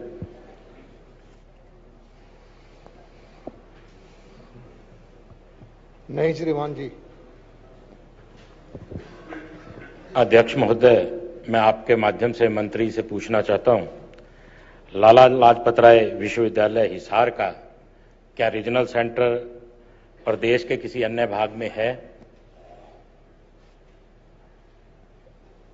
जी, बाकी जगह पर 2-3-4 जगह पर है और 2 जगह पर बन गया, 2 जगह प्रस्तावित है। और आपके क्षेत्र में भी एक प्रस्ताव हमें मिला है कुछ जमीन का, आज ही प्रस्ताव हुआ है, तो उसके तहत जो है हम जो पशु विज्ञान केंद्र है, जी बैठ जाइए, किसकी बैठ जाइए, पशु विज्ञान केंद्र है, उसके बनाने में विचार करेंगे।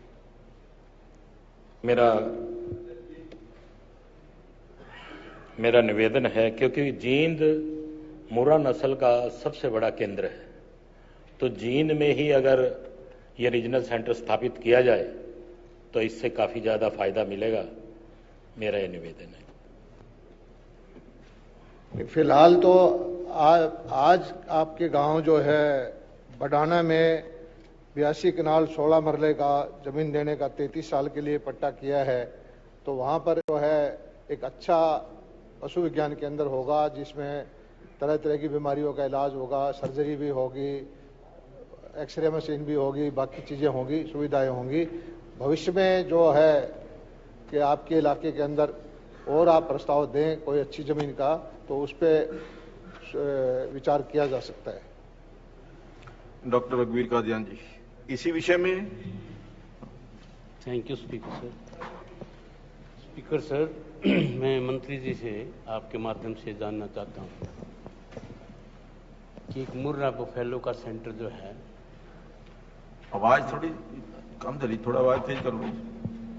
एक मुर्रा बफेलो का रिसर्च सेंटर बेरी हल्के के लकड़िया गांव में खोला गया था और उसमें तकरीबन 8-10 एकड़ जमीन गांव ने दी थी और वो बहुत बढ़िया ढंग से चला, क्योंकि जो बुर्रा का जरम प्लाजम का जो मेन सेंटर है वो रोहतक जी उसकी विसिनिटी है और इसकी जो सीमन की जो ट्रांसपोर्टेशन है, चाहे बाई एयर है, वो बेस्ट एक स्टेशन था और बहुत अच्छा चला। लेकिन उसकी बिल्डिंग जब डैमेज होगी तो उसका एस्टिमेट बना और उसके ऊपर गवर्नमेंट ने 5-6 करोड़ की बिल्डिंग खड़ी कर दी। इन द मीन टाइम जो रिसर्च सेंटर था उसकी एक्टिविटी HAU में शिफ्ट हुई या जो भी जहां भी शिफ्ट हुई, तो वो जब बिल्डिंग तैयार होगी तो उसमें थाना खोल दिया। तो थाने की मैंने आवाज उठाई थी, हाँ जी इसमें एक बहुत बड़ी 10 एकड़ के करीब जमीन भी है, गवर्नमेंट का पैसा भी वहां पर लग रहा है, थाना उसमें खोल दिया, तो थाना तो हट गया। मैं आपके माध्यम से मंत्री जी से जानना चाहता हूं कि मुर्रा बफेलो की जो रिसर्च सेंटर की जो एक्टिविटीज थी वो उस बिल्डिंग में कब शुरू हो जाएगी?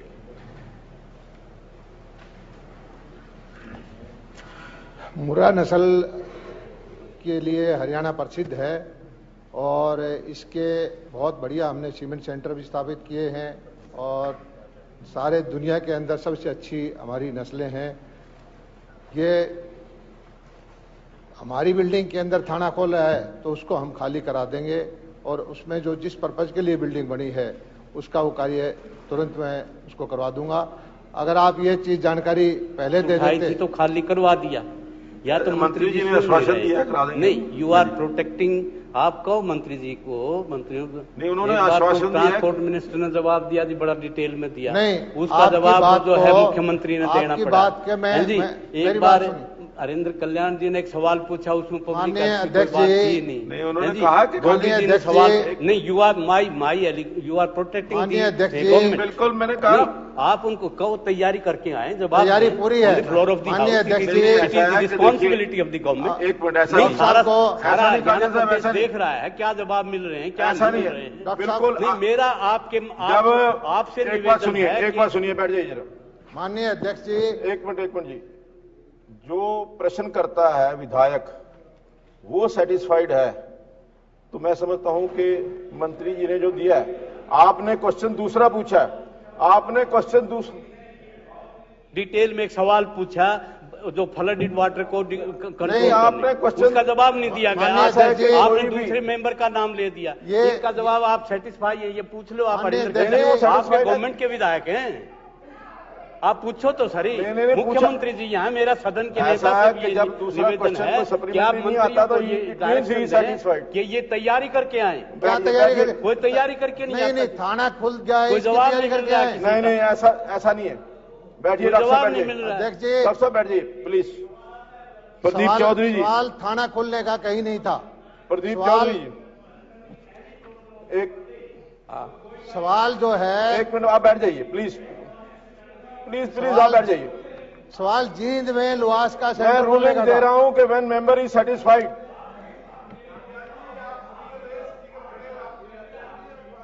नहीं, कोई कम नहीं कर रहा। जो member when member is satisfied, आप जिस सदस्य ने क्वेश्चन पूछा, नहीं, जिस सदस्य ने क्वेश्चन पूछा ही इज सेटिस्फाइड। बैठिए। अब प्रदीप चौधरी जी,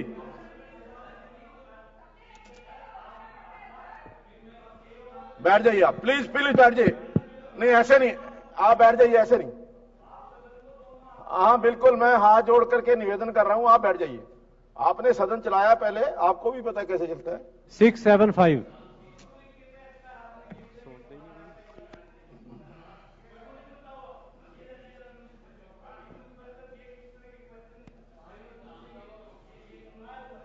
हाँ, कोई बात नहीं, कोई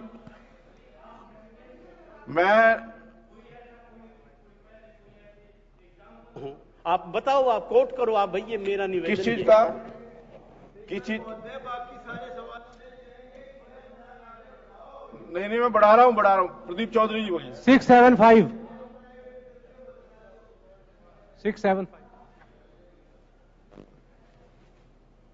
श्रीमान जी, हाँ, एक वक्तव्य सदन के पटल पर रख दिया गया है। माननीय अध्यक्ष महोदय जी, मैं आपके माध्यम से मंत्री जी से कहना चाहता हूं, इसके बारे में मंत्री जी से मिला भी था और माननीय मुख्यमंत्री महोदय जी को भी मैंने, जब बजट सेशन था, चर्चा थी पंचकुला में, मैंने मुख्यमंत्री महोदय जी से भी ये बात कही थी कि हमारे क्षेत्र में वैसे तो पैराफेरी एक्ट भी बहुत जगह लागू है और कंट्रोल्ड एरिया मोरनी में जो लागू है, जब तक उसको हटाया नहीं जाता वहाँ बहुत दिक्कत परेशानी है। अगर आप मोरनी को अगर पर्यटन स्थल बनाना चाहते हैं, विकसित करना चाहते हैं, तो मैं आपके माध्यम से मंत्री जी से, मुख्यमंत्री महोदय जी से गुजारिश करना चाहूंगा कि इस कंट्रोल्ड एरिया को खत्म किया जाए, तभी वहां विकसित हो सकता है, तभी मोरनी को टूरिज्म प्लेस कह सकते हैं। कंट्रोल्ड एरिया का तो प्रश्न नहीं था आपका। हाँ जी,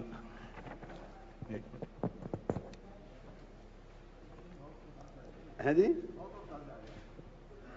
नहीं, कंट्रोल्ड एरिया का तो आपका प्रश्न नहीं था, आपका नहीं, आप कह रहे विकसित कर रहे हैं हम। हाँ। विकसित तभी होगा जब मोरनी एरिया के आसपास कंट्रोल्ड एरिया खत्म होगा। ना तो कोई बना सकता है, वहां हुड्डा वाले चले जाते हैं, कभी किसी को तंग करते हैं, कभी किसी को घेरते हैं। जब तक तो वहाँ दुकान, कोई होटल नहीं खुलेंगे, विकसित कैसे होगा वो? चलो, मैं पर्यटन के बारे में आपको बता दूं, कंट्रोल्ड एरिया के बारे में नहीं, विकसित तो तभी होगा ना जब कंट्रोल्ड एरिया खत्म होगा जी। मैं तो ये कह रहा हूँ, तभी खत्म होगा, तभी चलेगा वहां। मोरनी में कंट्रोल्ड एरिया का क्या मतलब बनेगा? देखो, आप सोचो, हुड्डे वाले वहां जाके घेरने लग जाते हैं मकान। टाउन प्लानिंग देखागा जी, ये तो आपने मेरे से टाउन प्लानिंग ही तो कह रहा हूँ, टाउन प्लानिंग पर्यटन का पूछा था। नहीं, विकसित तो तभी होगा। मंत्री जी उनका ये मांग है कि इस कंट्रोल एरिया को खत्म किया जाए। बस ये बात इसके ऊपर बस तभी वहां विकसित होगा जी। इस पे विचार कर लेंगे। हाँ, लेकिन जो हम कर रहे हैं ना जी, मैं एक दो बात आपसे वो बता दूं। मैं सोच के आया था कि आपको कोई इंश्योरेंस दूंगा कि मैं आपके लिए करने लग रहा, पर आपने कुछ क्वेश्चन नहीं पूछा। मैं अपनी मर्जी से कह दूं, एक तो ट्रैकिंग एंड बाइसिकल रूट हम उस पर विचार कर रहे हैं और देखते हैं कि उसकी फिजिबिलिटी कितनी है उस पर। और दूसरा पैराग्लाइडिंग और हॉट एयर बैलून की सुविधा, इस पे भी हम विचार कर रहे हैं कि कितना फिजिबल है। अगर ये सही है तो इसको भी शुरू करना चाहिए। दूसरा मैं आपको एक आश्वासन दे रहा कि होम स्टे पॉलिसी में लेके आने लग रहे, क्योंकि आजकल लोगों में बड़ी भारी ऐसी है कि वो रूरल एरिया में रहना चाहते हैं वहीं, और वो उसको ही देखना चाहते हैं। और कई प्रदेश ऐसे हैं जैसे हिमाचल, उत्तराखंड, सिक्किम, वहां बहुत ही पॉपुलर है।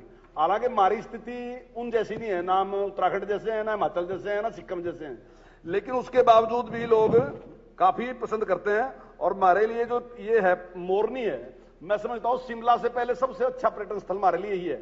और जबकि अब की बार टूरिज्म में बहुत बड़ा एक नुकसान हुआ सारी जगह पूरे देश में, लेकिन खुशी की बात यह है कि हमारे पास बहुत पर्यटक आया अब की बार मोरनी में, मतलब पहले से भी ज्यादा पर्यटक आया।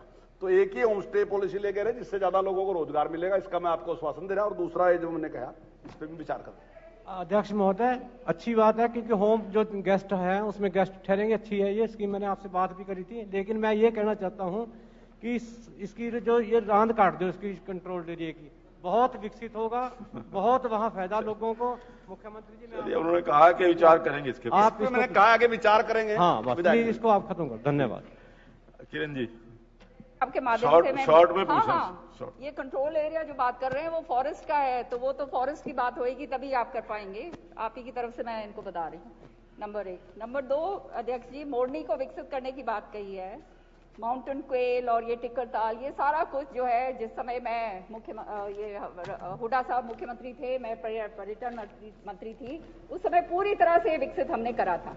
वहां पे एक हमने फोर्ट है जो फॉरेस्ट की फोर्ट है, टिक्कर ताल के उस तरफ को पूरी तरह से उसको जो है टूरिज्म के लायक जो है बनाया था, पूरा का पूरा उसके अंदर विकसित करा था, उसको पूरी तरह से दोबारा से सही करा था, उसमें कमरे भी बनाए थे, सारा का सारा। वो बिल्कुल ही अब हाल में ढाल हो रहा है, इतना पैसा उस पर लगा था उस समय, तो उसका भी आप थोड़ा सा करिए। क्योंकि देखिए यही एक एरिया है हरियाणा के अंदर जहां हमारे, आप जैसे खुद कह रहे हैं, कोविड के टाइम लोग गए, क्योंकि और कोई जगह तो है नहीं, अपना मोरनी और टिक्कर ताल ही ये जगह है। तो इसको आप अगर अच्छी तरह से विकसित करेंगे तो यहाँ पे टूरिज्म का आपको बहुत फायदा हो सकता है।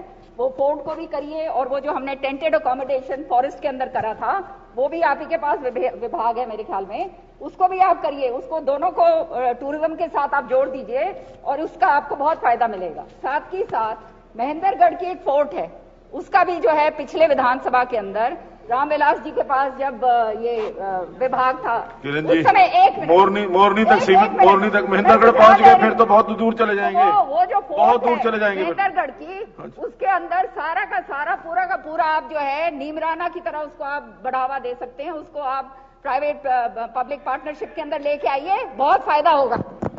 श्री अमरजीत डांडा जी। 607 जी। श्रीमान जी, जीन डिस्ट्रीब्यूटर नंबर 3 की RD 0 से 74,800 तक के पुनर्स्थापन कार्य 15 दिसंबर से शुरू होने की संभावना है। धन्यवाद अध्यक्ष महोदय जी। इसके अलावा मैं इरिगेशन के 2 ही काम है जी, मेरे 1 मिनट लेगा जी। मेरे 14 गांव है जी, पहले सारी कनक खराब होगी जी, जरा आवाज, हाँ माइक के साथ। पहले सारी कनक खराब होगी जी, अब सारी जीरी भी खराब होगी जी, कनक की फसल भी नहीं बुआ पाओगी। 14 गांव ऐसे हैं जी जहाँ पूरा हाल है जी, फ्लड के कारण कहीं सेब की समस्या है जी। तो अध्यक्ष महोदय जी, आपके माध्यम मुख्यमंत्री डिप्टी सीएम को कहना चाहूंगा भी 14 गांवों को स्थायी समाधान करवाया जाए, भी 14 गांव में कुछ पैदावार हो सके, किसान बच सके जी। का रिकंस्ट्रक्शन की बात है या पानी के निकालने की बात है, आपने मुद्दे को दूसरी तरफ ले गए।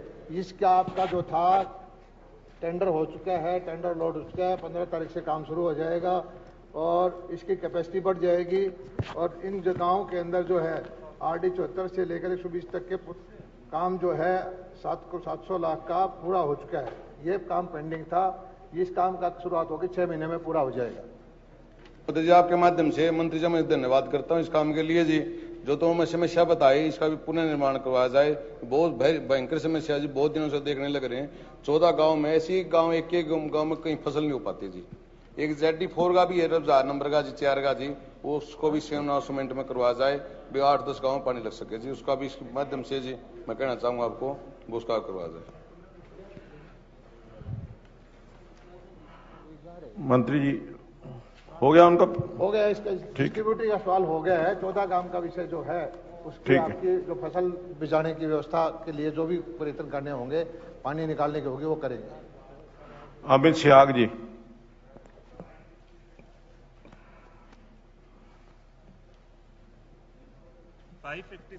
डबल 56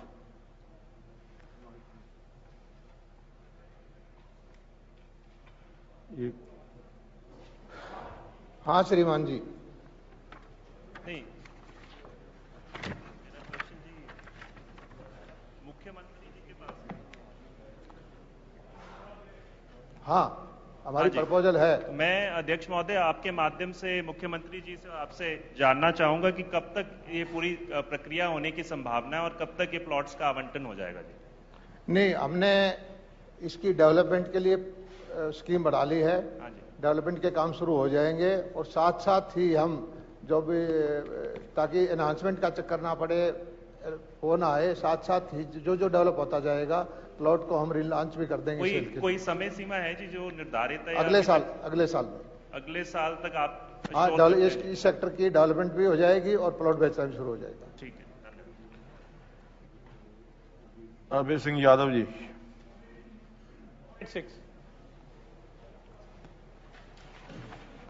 सर, इस सवाल का जवाब माननीय अध्यक्ष जी क्या गया पे इनके सामने पटल पे है। अध्यक्ष महोदय, मंत्री जी ने जो जवाब दिया है उसमें मैंने बेसिकली ये पूछा था कि तूफान के कारण जो खंभे गिरते हैं बिजली के, उनसे कितना नुकसान होता है और पिछले 3 साल में कितना हुआ है। तो पिछले 3 साल में मंत्री महोदय ने जवाब दिया है कि 71,185 जो पोल हैं वो डैमेज हुए हैं और 5546 किलोमीटर लाइनें, इनकी लेंथ जितनी बढ़ती इतनी हुई है। तो ये गंभीर समस्या है। 36 करोड़ रुपए के लगभग इन्होंने 36.47 करोड़ रुपए इस पे खर्च किए, इसको लॉस को मेकअप करने के लिए। मेरा अनुरोध यह है कि इसके अतिरिक्त, फाइनेंशियल लॉस के अतिरिक्त जो दिक्कत होती है लोगों को, हमारे यहाँ मई जून में इस तरह के तूफान आते हैं और कई बार तो 1-1, 1.5 महीने पोल पड़े रहते हैं और पोल उठते नहीं। ऑफिसर्स कहते हैं जी कॉन्ट्रैक्टर नहीं आ रहे, नहीं मिल रहा, मैन पावर नहीं मिल रही।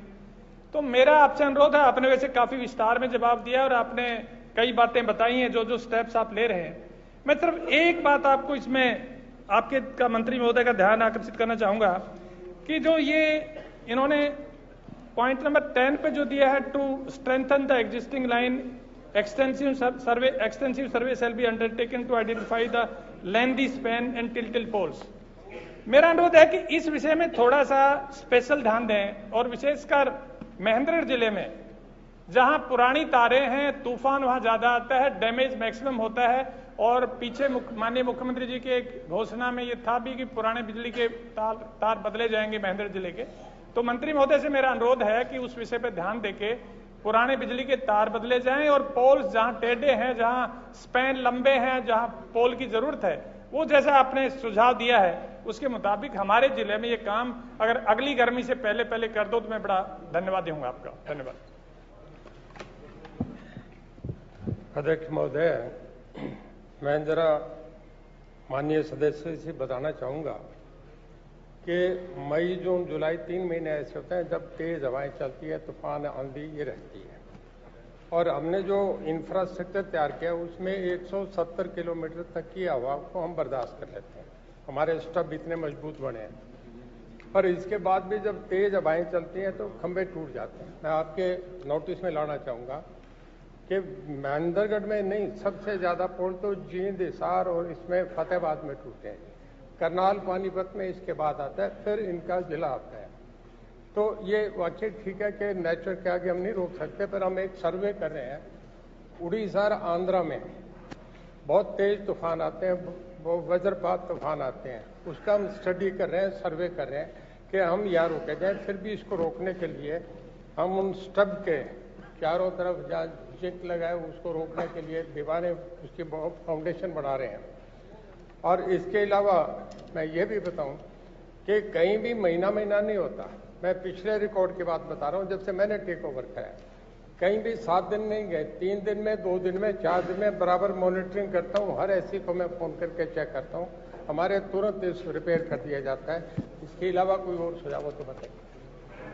मैं इस बात पे कोई ज्यादा बहस नहीं करना चाहता अवधि के बारे में, लेकिन ये सच्चाई है मंत्री महोदय कि 20-20 दिन, एक महीना कई गांव के पोल पड़े रहते हैं। मैं बार बार अनुरोध करता हूं तब जाके होते हैं, तो दिक्कत है ये। और मैं ये कहता हूं डिपार्टमेंट का इसमें कोई दोष है, क्योंकि नेचुरल ये तो कैलेमिटी है, इसमें हो जाता है। लेकिन कोई स्थायी समाधान निकाल लो और जल्दी ठीक हो जाए तो पब्लिक को सर्विस मिलेगी। और जो बीच में गर्मी के टाइम में 15-15 दिन बिजली बंद रहती है, इससे दिक्कत दूर हो जाएगी। धन्यवाद। माननीय अध्यक्ष जी, अभी हमारे सदस्य बहुत इंटेलिजेंट हैं और तो अच्छे ऑफिसर भी रहे हैं। इनका कोई सुझाव होगा तो मैं उससे करूंगा, पर मैंने मेरे जो कोशिश में ये है, रिकॉर्ड पे है, कहीं भी महीना नहीं लगा। पर ये आपकी बात, आप भी कुछ कह रहे हैं तो मैं उस बात को स्वीकार कर लेता हूं कि इससे जो भी कोई आप सुझाव देंगे हम इसे जल्दी से जल्दी ठीक करने का करेंगे। वैसे मैं एक और इसमें सुधार कर रहा हूँ जी कि 1 मिनट जंगबीर सिंह जी, मैं जरा जनाब कर लूँ। जैसे सड़कों पे पेड़ लगे हैं, इन पे नंबरिंग लगी है, तो एक हम भी थोड़ा सा ये देख रहे हैं कि ज्यादा पोल टूटने का कोई ऐसा मामला बीच में नहीं हो। हम सारे एक प्रपोजल हमने बढ़ाया जिसे जल्दी इंप्लीमेंट करेंगे कि जितने पोल जाओ उन पे नंबर लगेंगे, ताकि जितने पोल टूटे उतने ही सरकार से रेट जो कहे उसमें भी ठगी ठुगी ना हो। ये करके हम कर रहे हैं। बाकी कोई और सुझाव देंगे तो कभी भी कहते हैं, आपका स्वागत है। श्री राम कुमार गौतम जी। 488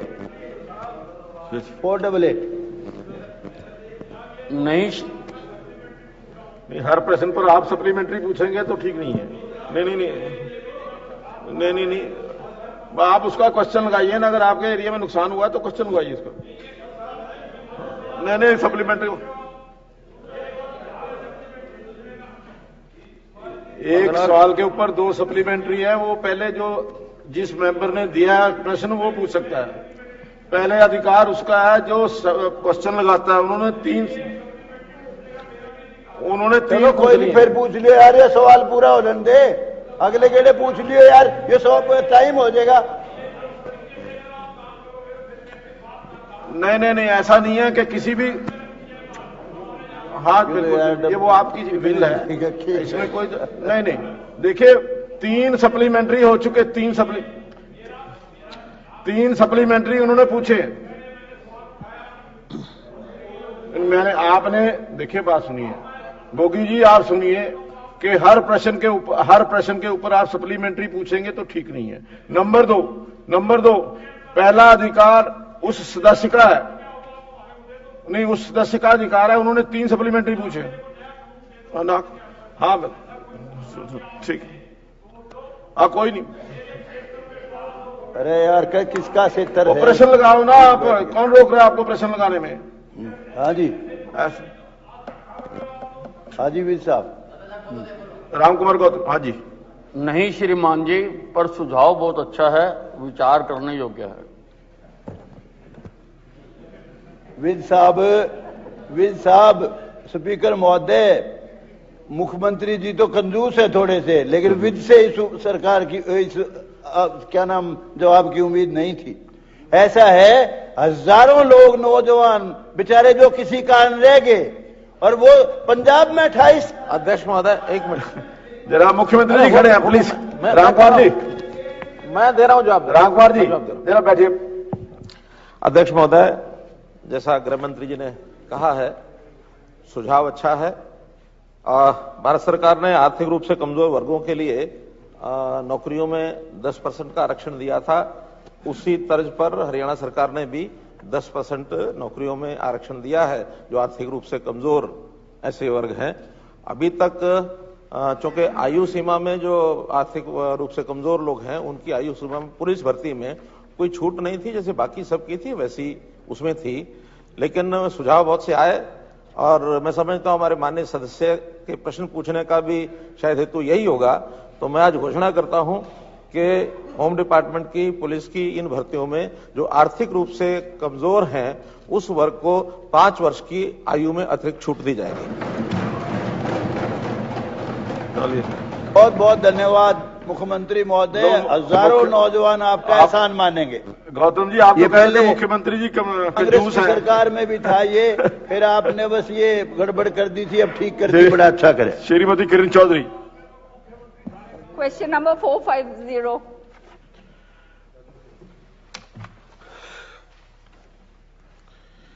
नहीं श्रीमान जी, मोटर वाहन अधिनियम के नियमों के उल्लंघन में पाए जाने वाले ओवरलोड वाहनों को सख्ती से चालान किया जा रहा है।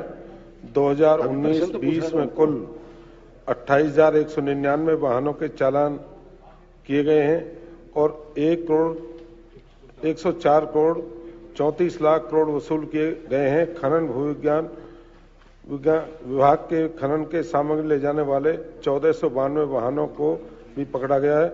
164 FIR दर्ज की गई हैं।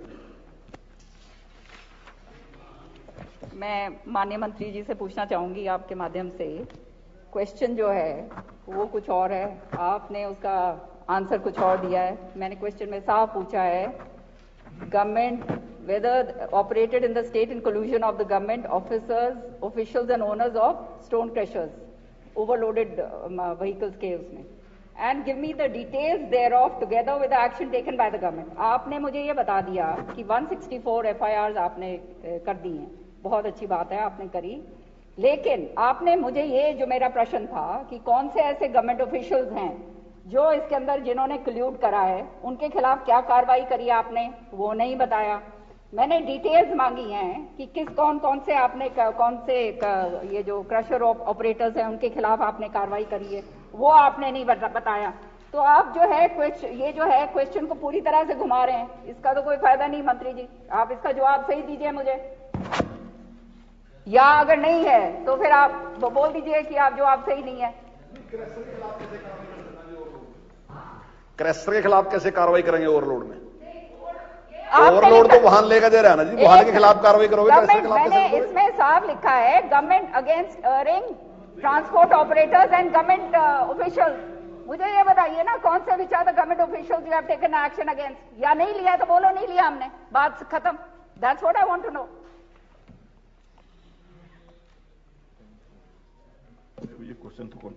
जो विधायक महोदय ने जो डिटेल सारी दी हैं 2019-20 में, हमने जितने भी खनन और विभाग के जितनी भी जानकारी 1492 जो पकड़े, 194 केस 64 खिलाफ मुकदमे दर्ज हैं और 3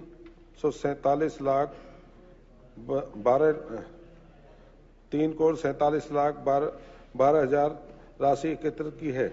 और जो राशियों की जो डिटेल है जिला वाइज, और जितने भी हमने चालान मुकदमे दर्ज करे हैं वो डिटेल वाइज जिले वाइज है। और जहां भी हमने जो व्हीकल हैं जिनकी जहां पे हम टोटल वजन करते हैं, तुलाई की मशीन है उन पे करते हैं। दूसरा, हमने अभी नए उपक्रम हैं जो पारदर्शी तरीके से ओवरलोड को वाहन की जो चेकिंग सुविधा होगी वो भी हम जल्दी करने जा रहे हैं। मेरा प्रश्न कुछ और है, मैं ये सीधा पूछ रही हूँ कि which are the who are the officers who are responsible, जो जिनके कल्यूजन से ये हुआ है, उनकी आप मुझे बताइए, उनके खिलाफ कोई कार्रवाई करी है नहीं करी है? उनके खिलाफ कार्रवाई है, जो उनके खिलाफ FIR उनके खिलाफ FIR दर्ज हुई है, उन्होंने चालान करे, पेमेंट करी है, और क्या करें बताइए ना आप।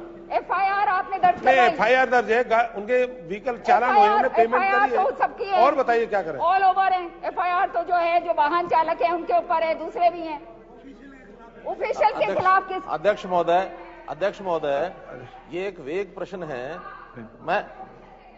एक वेग प्रश्न है कि किस ऑफिशियल के खिलाफ, किसके खिलाफ क्या किया। या तो इनके पास कोई जानकारी ऐसी हो तो ये हमको बताएं, हम उसके ऊपर एक्शन लें।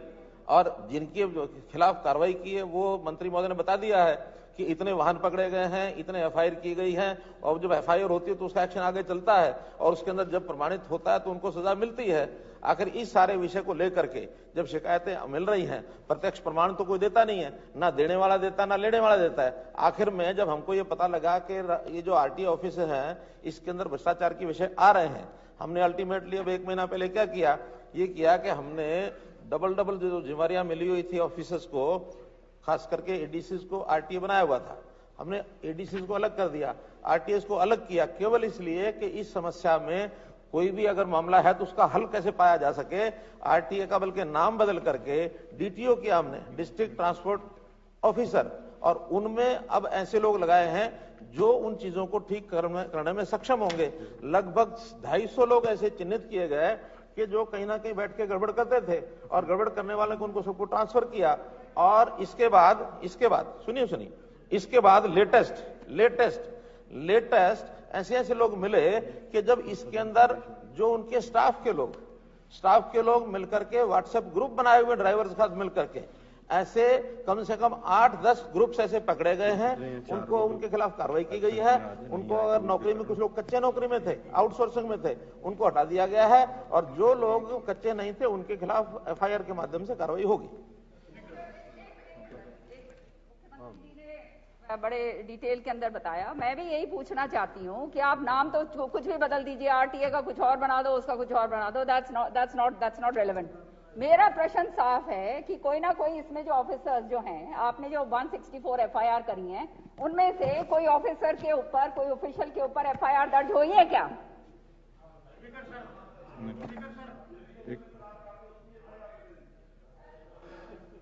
महोदय, ये क्वेश्चन वेग नहीं है जैसा मुख्यमंत्री, this is not a vague question, specific question पूछा है किस अफसर के खिलाफ आपने एफआईआर दर्ज कराई है। ये आपके पास खबर होनी चाहिए। अगर गवर्नमेंट को यही पता नहीं तुम्हारे कौन सा अफसर के खिलाफ एफआईआर दर्ज हुई है, तो how you are running the government? I am sorry, this is not vague question. Is on the record, FIR is on the record. जितनी एफआईआर हैं सारी मंगवा लीजिए, सब में नाम देख लीजिए, या तो बताएं कि हाँ ये ऑफिसर या ये कर्मचारी है जिसके खिलाफ कोई कार्रवाई। हमको बता, मेरा कहना है कि सारी चीजें ऑन रिकॉर्ड है, आप देख लीजिए, या आप नाम बताइए कि फलाना आदमी भ्रष्टाचार है, उसका कोई सबूत दीजिए, हम ले देंगे। इन्वॉल्व हो गए, इतना भारी घोटाला हो रहा है, और एक वेग क्वेश्चन है। How is this vague question? I fail to understand. This is not a vague question. We want a specific answer. अध्यक्ष महोदय, स्पेसिफिक आंसर चाहिए। नहीं देखिए, मैं समझता हूँ कि अगर आपके पास कोई जानकारी, या मुख्यमंत्री जी अश्योर करें, हम 2 दिन में कल बता देंगे सबके नाम, कोई बात नहीं, ठीक है, कल बता देना, आज याद नहीं तो कल बता देना। नहीं, श्योर करता हूँ कि कोई भी नाम विद सब प्रूफ उसी दिन कर देंगे। कल बता दोगे? आप बताइए, ऑफिसर के नाम, आप बताइए, कल बता दें।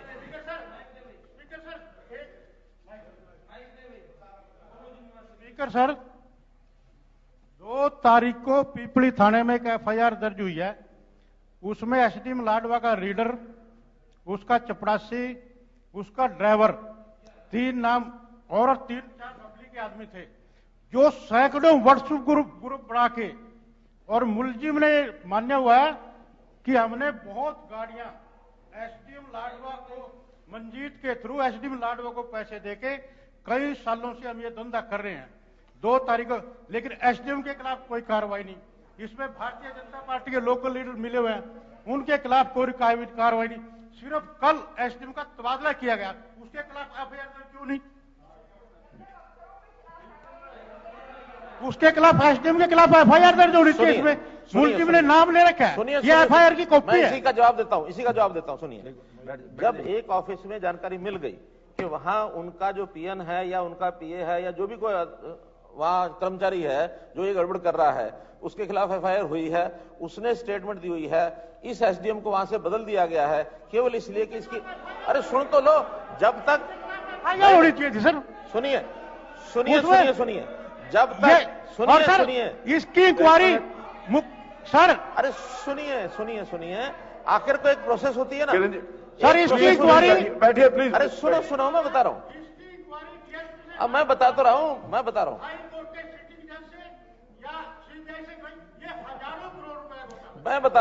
रहा हूं, जब भी कभी कोई सूत्र मिलता है, सुनिए, आखिर तो इन्वेस्टिगेशन का सिस्टम होता है ना, जब कोई सूत्र मिलता है, एफआईआर होती है, उसके बाद उस इन्वेस्टिगेशन के बाद अगर एसडीएम का कोई रोल मिलता है तो एसडीएम के खिलाफ कार्रवाई होगी। मान लो किसी ने एसडीएम का नाम लेकर के और अपनी जान छुड़ाने के लिए किसी का भी नाम ले देगा, हमारे आपके भी नाम बहुत लोग ले देते हैं। आखिर तो इन्वेस्टिगेशन में, हमको इन्वेस्टिगेशन में एक जगह पर एक सूत्र मिला था, कहां? दादरी के अंदर इसी प्रकार का एक विषय आया था, वहां के डीसी और उनकी पत्नी क्या थी वो, हाँ तोमर, क्या उन दोनों के खिलाफ हमने कार्रवाई की, सस्पेंड किया, केस आज भी चल रहा है।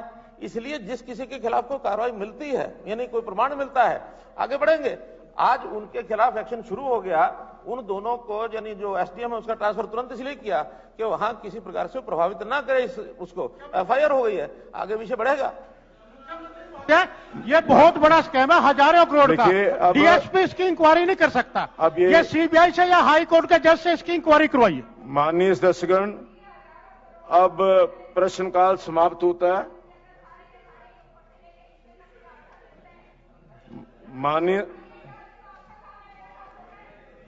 किरण जी,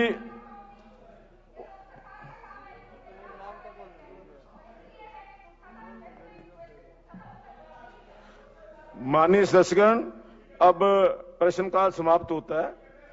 माननीय सदस्यगण, मुझे सदन को सूचित करना है कि श्रीमती गीता बुक्कल विधायक जी ने मुझे ईमेल के माध्यम से सूचित किया है कि वह कोविड-19 के उपचार के लिए मेदांता अस्पताल गुरुग्राम में भर्ती हैं। इसलिए वे आज दिनांक 5/11/2020 से शुरू होने वाले सत्र में उपस्थित होने में असमर्थ हैं। हरियाणा, माननीय सदस्यगण, हरियाणा विधानसभा सचिवालय ने संवैधानिक मूल्यों के प्रति जागरूकता लाने और जनप्रतिनिधियों को अपनी गतिविधियों से अवगत करवाने के उद्देश्य से मासिक पत्रिका सदन संदेश का प्रकाशन शुरू किया है। इस पत्रिका में विधानसभा की गतिविधियों के साथ साथ सार्वजनिक एवं सार्वभौमिक महत्व के विषयों पर तथ्यपरक सामग्री उपलब्ध कराई जा रही है। समाज में राजनीति के प्रति सकारात्मक अवधारणा बनाने के लिए इस पत्रिका में अनेक विषय रखे जा रहे हैं। सदन के नियम और परंपराओं पर आधारित लेख भी इस पत्रिका में प्रकाशित हो रहे हैं। इसलिए सभी माननीय सदस्यों से आग्रह है कि वे इस पत्रिका को अभिव्यक्ति के मंच के तौर पर प्रयोग करें। इस माध्यम से वे लेखन कौशल में भी हाथ आजमाएं। उनके द्वारा लिखे गए लेखों को प्रकाशित करने के लिए संपादक मंडल गंभीरतापूर्वक विचार करेगा, क्योंकि माननीय सदस्यों को लेखन के लिए प्रेरित करना भी इस प्रकाशन का उद्देश्य है। तो मेरी आप सभी से निवेदन है कि जो भी सदस्य हमारी सदन संदेश पत्रिका के अंदर कोई लेख भेजना चाहते हैं या पुराने कोई जो ऐसे वाक्य हैं जिनको हमारे सदस्यों को जानना जरूरी है, महत्वपूर्ण है, तो वो जरूर भेजें। दूसरा एक विषय मैं आपके समक्ष रख रहा हूं। माननीय सदस्यगण, मैंने आपको सूचित करना कि हरियाणा राज्य में आज 163 ऐसे अधिनियम लागू हैं जिनका शीर्षक पंजाब शब्द से शुरू होता है। पंजाब शब्द के स्थान पर हरियाणा शब्द लाने के लिए मैंने मुख्य सचिव हरियाणा सरकार और विधि परामर्शी एवं प्रशासकीय सचिव हरियाणा सरकार, विधि तथा विधायी विभाग के साथ दिनांक 24 सितंबर 2020 को एक बैठक की थी। उस बैठक में इस बारे में एक समिति का गठन करने का निर्णय लिया गया। तदुपरांत सरकार द्वारा 14 अक्टूबर 2020 को समिति का गठन किया गया, जिसकी पहली बैठक दिनांक 27 अक्टूबर 2020 को हुई। यह समिति एक माह में अपनी रिपोर्ट मुख्य सचिव हरियाणा सरकार को प्रस्तुत करेगी। इसलिए आगामी सत्र में इस संबंध में सरकार द्वारा एक विधायक लाया जाए जिसके माध्यम से पंजाब शब्द से शुरू होने वाले सभी अधिनियमों का शीर्षक बदलकर हरियाणा शब्द से किया जाए। ये ऐसा हमने एक प्रयास शुरू किया है, उसमें आप सबकी सहमति होगी। स्पीकर सर, इसी बात पे पॉइंट ऑफ ऑर्डर है। आपने पंजाब शब्द को डिलीट करने के लिए, मैं बोल रहा हूँ जी, हाँ जी, हाँ जी, पंजाब वर्ड डिलीट करने के लिए आपने एक समिति तो बना दी, चीफ सेक्रेटरी। जिस लेजिस्लेचर ने उसको स्क्रूटनाइज करना है, उसकी कोई जरूरत नहीं है। Why the 2 or 3 legislators have not been made a committee, members of that committee? आप एक लेजिस्लेशन के अंदर 100 एक्ट के अंदर तरमीम कर रहे हैं, उसमें पंजाब शब्द, उसकी क्या इम्प्लीकेशन है, कैसे है, वो कैसे हटेगा, डिलीट कैसे होगा, रिपील कैसे होगा? आपने कमेटी बना दी और चीफ सेक्रेटरी कमेटी बना दी। Chief secretary is not a legislature, legislature is Vidhan Sabha. इस विधानसभा की कमेटी बननी चाहिए, उसमें चाहे वो मेंबर हो, और यहाँ पर एक चेयरमैन आप बनाओ और साथ में वो उसके मेंबर। एक बार रिपोर्ट आ जाए वो विधानसभा की कमेटी के समक्ष, कमेटी तो फॉर्म कर दी, आपके सामने रखेंगे ना। इट्स अ फंक्शन समिति बनाकर, ये विधानसभा का काम है ना कि चीफ सेक्रेटरी का काम है। आप हाउस में रखो, हाउस की कमेटी बनाओ, उसमें एमएलए बीच में आए। हम बीच में आए, आपको जरूरत ही नहीं है विधान पालिका की, आपको असेंबली की जरूरत नहीं है। कोई प्रपोजल आएगी एग्जीक्यूटिव की तरफ से आएगी, और मैं समझता हूं कि माननीय सदस्यों की कमेटी बना करके हम इसके ऊपर विचार करेंगे, उसके बाद ही लाएंगे।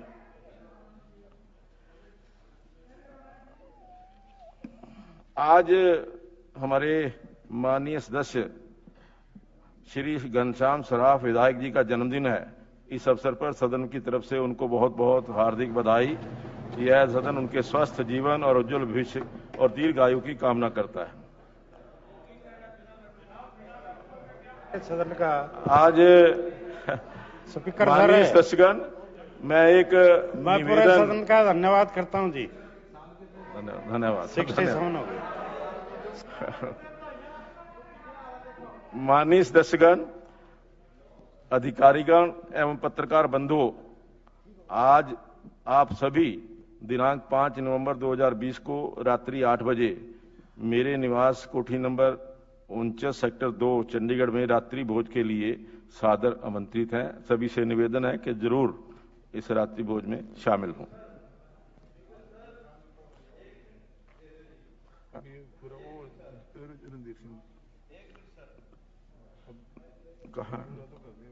स्पीकर सर,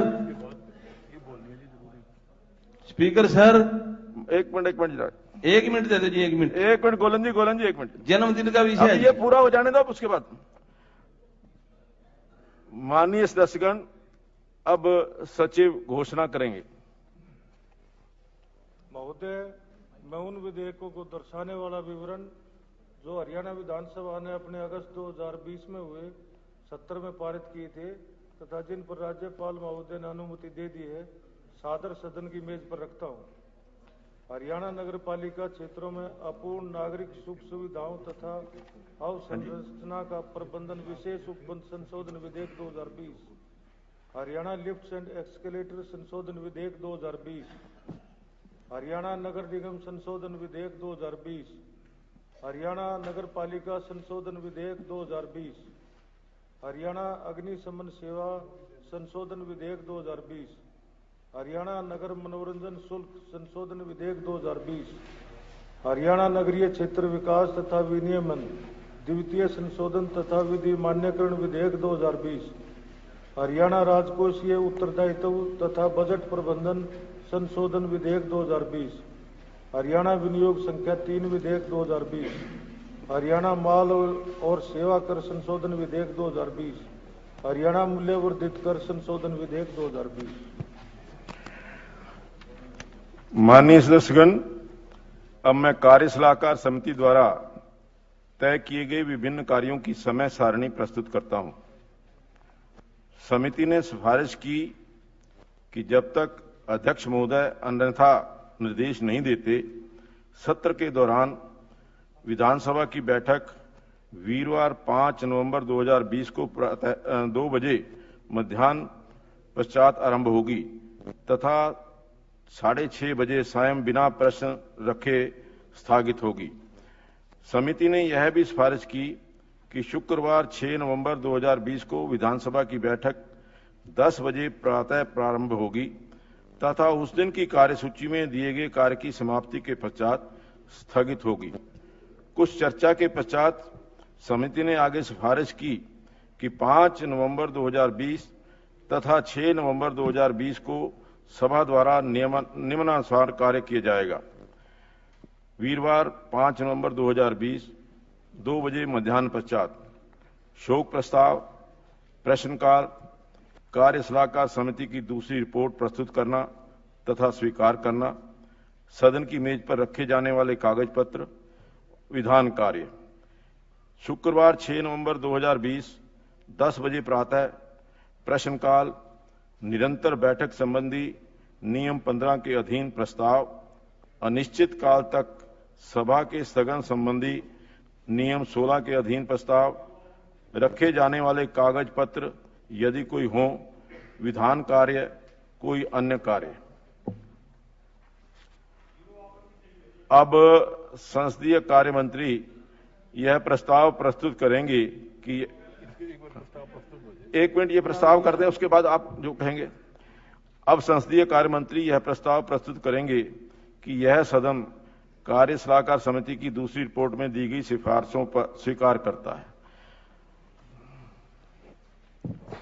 अध्यक्ष महोदय, मैं प्रस्ताव करता हूं कि यह सदन कार्य सलाहकार समिति की दूसरी रिपोर्ट में दी गई सिफारिशें स्वीकार करता है।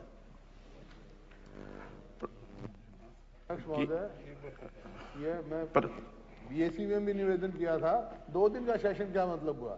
3 दिन, 4 दिन, 5 दिन, लोग इतने इश्यूज हैं, इतनी समस्याएं हैं, इतने गंभीर मामले हैं, 2 दिन में आप मतलब क्यों करा रहे हैं? निश्चित तौर पर आपने ये विषय रखा था और मैंने आपसे निवेदन किया था कि क्योंकि कल हमारे पास बहुत समय है, हम तीसरी सिटिंग भी तीसरी हम 2 सिटिंग के पश्चात तीसरी सिटिंग भी कर सकते हैं और इस जो कल क्योंकि अंतिम दिन है इसको किसी भी समय तक बढ़ा सकते हैं, जितना मर्जी विधायी कार्य करने का नहीं, विधायी कार्य जितना होगा कंप्लीट करके ये विधायी कार्य कंप्लीट करके ही खत्म करेंगे। आपकी तरफ से तो कोई बिजनेस आता ही नहीं, सरकार की तरफ से तो कोई बिजनेस नहीं आता। हाँ जी, लेकिन मुद्दे हैं डिस्कशन, जो मुद्दे हैं वो डिस्कस करेंगे, जो नियमानुसार मुद्दे आए हैं उन सब पे डिस्कस करेंगे। देश के किसान जो है ना बर्बादी के कगार पे जो भी मुद्दे होंगे उनके ऊपर नियमानुसार डिस्कस करेंगे, पूरा डिस्कस करेंगे। ये जो नए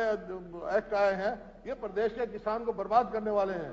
मैं कह रहा हूं कि इनके ऊपर भी आपसे कहा था कल आपसे कल आप ही ने कहा था कि इसके ऊपर हम कल चर्चा करेंगे, उसको एक्सटेंड करिए, कल इसके ऊपर हम चर्चा करेंगे, हम सहमत नहीं हैं, कल इसके ऊपर हम चर्चा करेंगे।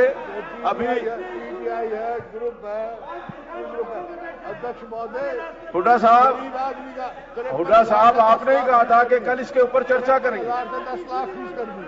मैं कह रहा हूं कि गरीब आदमी मेडिकल मैं चर्चा करने के लिए तैयार हूं। सालाना से 10 लाख साहब का महकमा ये देखिए हुड्डा साहब, मैं ये कह रहा हूं कि मैं चर्चा करने के लिए तैयार हूं।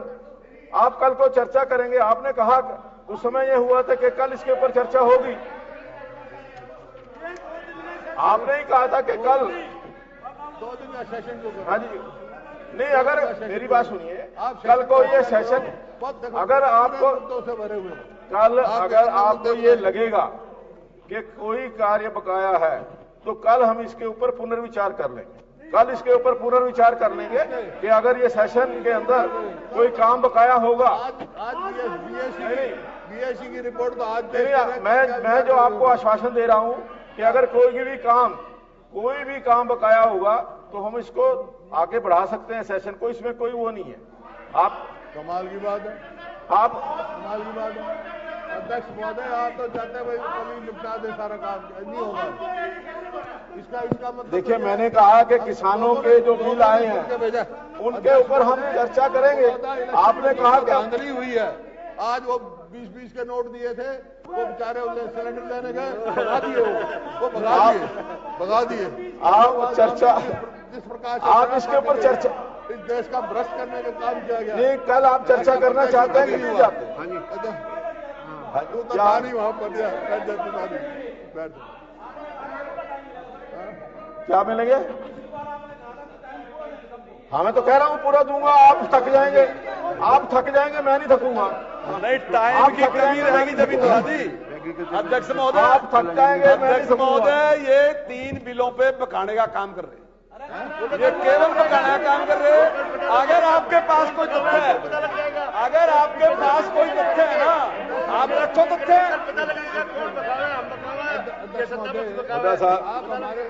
देखिए, कोई तथ्य है ना तो रखो। अभी तक ना मैंने आपने आपकी कोई बात, आपने कहा था कि कल चर्चा करेंगे, कोई बात देखी। आप केवल ये ड्राई रह गए, सत्यानाश कर देगा। आप बताओ ना, कोई कारण क्या कमी है? मैं कह रहा हूँ कि हम कल को चर्चा करेंगे इसके ऊपर। कोई विषय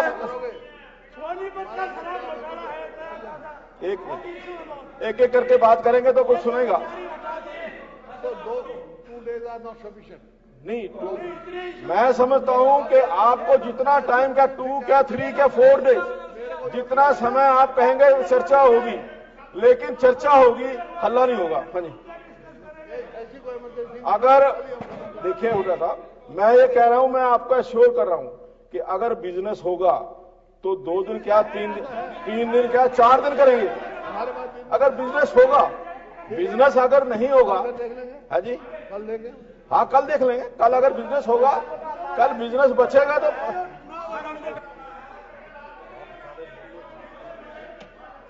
कल अगर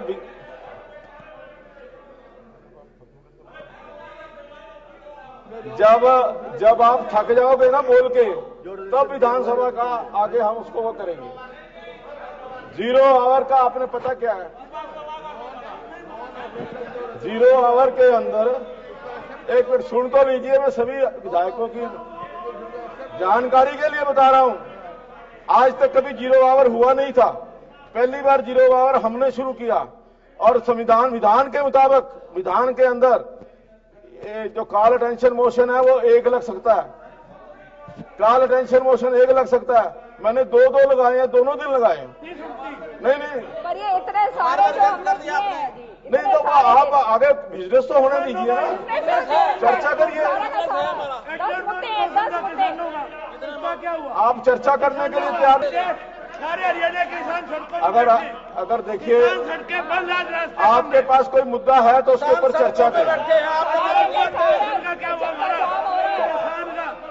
आपके पास मुद्दा ही कोई नहीं है तो चर्चा क्या करेंगे?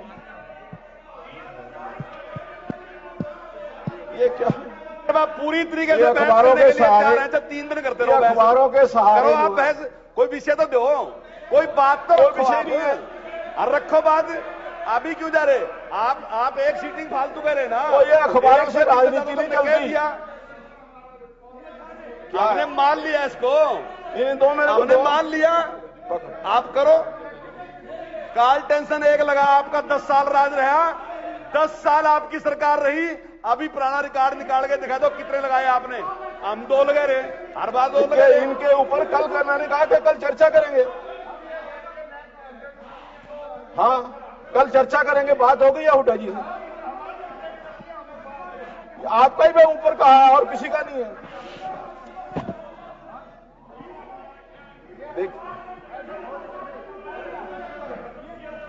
देखिए आप किसी विषय पर बात करेंगे तो समझ आएगा। आप किसी मुद्दे पर चर्चा करना चाहते हैं तो करो, अगर मुद्दा कोई नहीं है तो हल्ला डालना तो डालो। रजिस्ट्री कराने का कॉल अटेंशन लगा हुआ है, आपको पता ही नहीं है। आप पढ़ते तो है नहीं, उसके अंदर कॉल अटेंशन लगी हुई है, रजिस्ट्री घोटाले की लगी हुई है।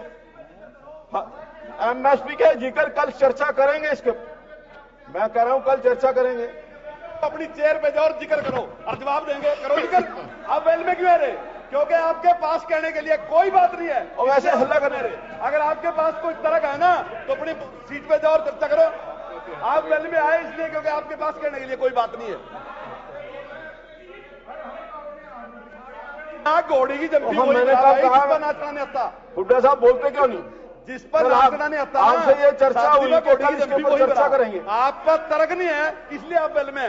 आपसे फैसला हुआ कि कल चर्चा करेंगे इसके ऊपर।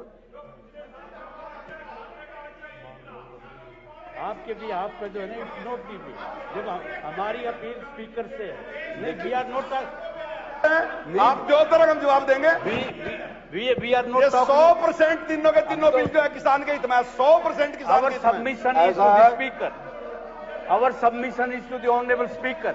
It is we are not submitting anything to the government.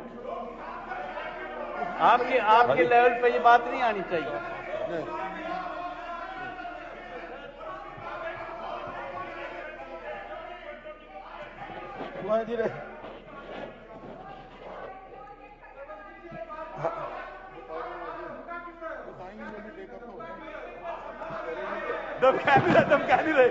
दमकाना तो मेरी आदत में ही नहीं है। दमकाना मेरी आदत में नहीं पंडित जी। ना ना दम कह नहीं रहे पंडित जी। हुड्डा साहब आज मेरे से कह रहे थे दम कह नहीं रहे। जाना है।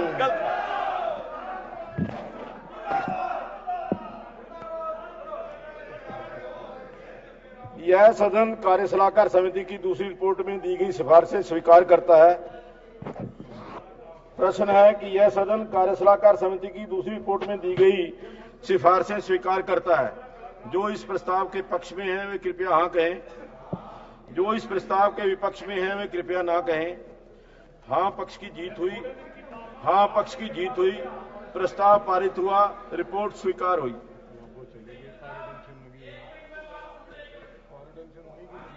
नहीं माननीय हाँ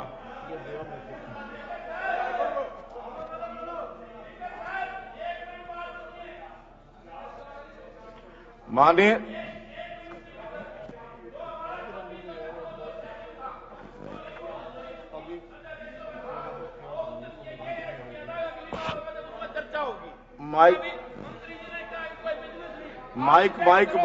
माइक लेकर के बोलो कुछ।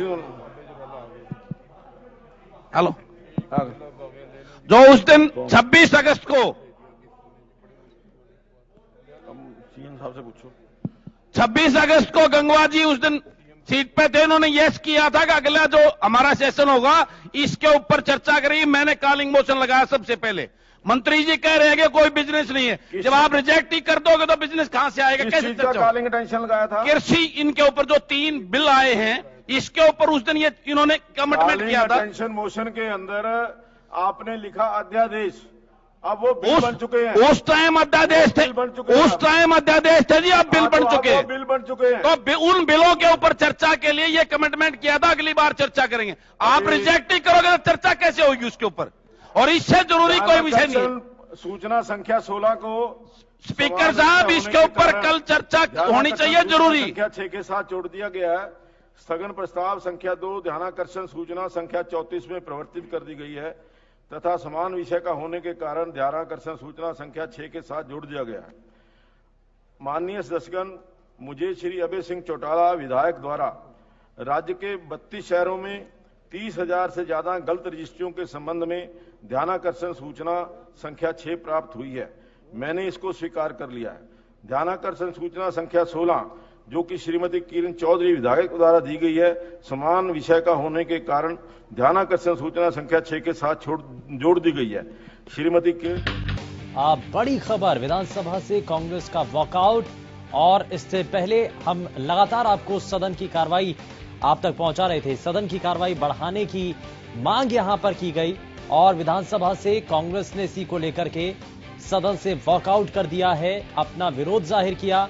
दरअसल सदन की कार्रवाई बढ़ाने की मांग कांग्रेस पार्टी लगातार कर रही थी और ये कहा जा रहा था कि आप बहुत सारे ऐसे अहम विषय हैं जिनको लेकर के वो चर्चा चाहती है, जिससे सदन के अंदर गहमा गहमी हुई। लेकिन इन सब के बीच सदन से कांग्रेस पार्टी की तरफ से वॉकआउट कर दिया गया।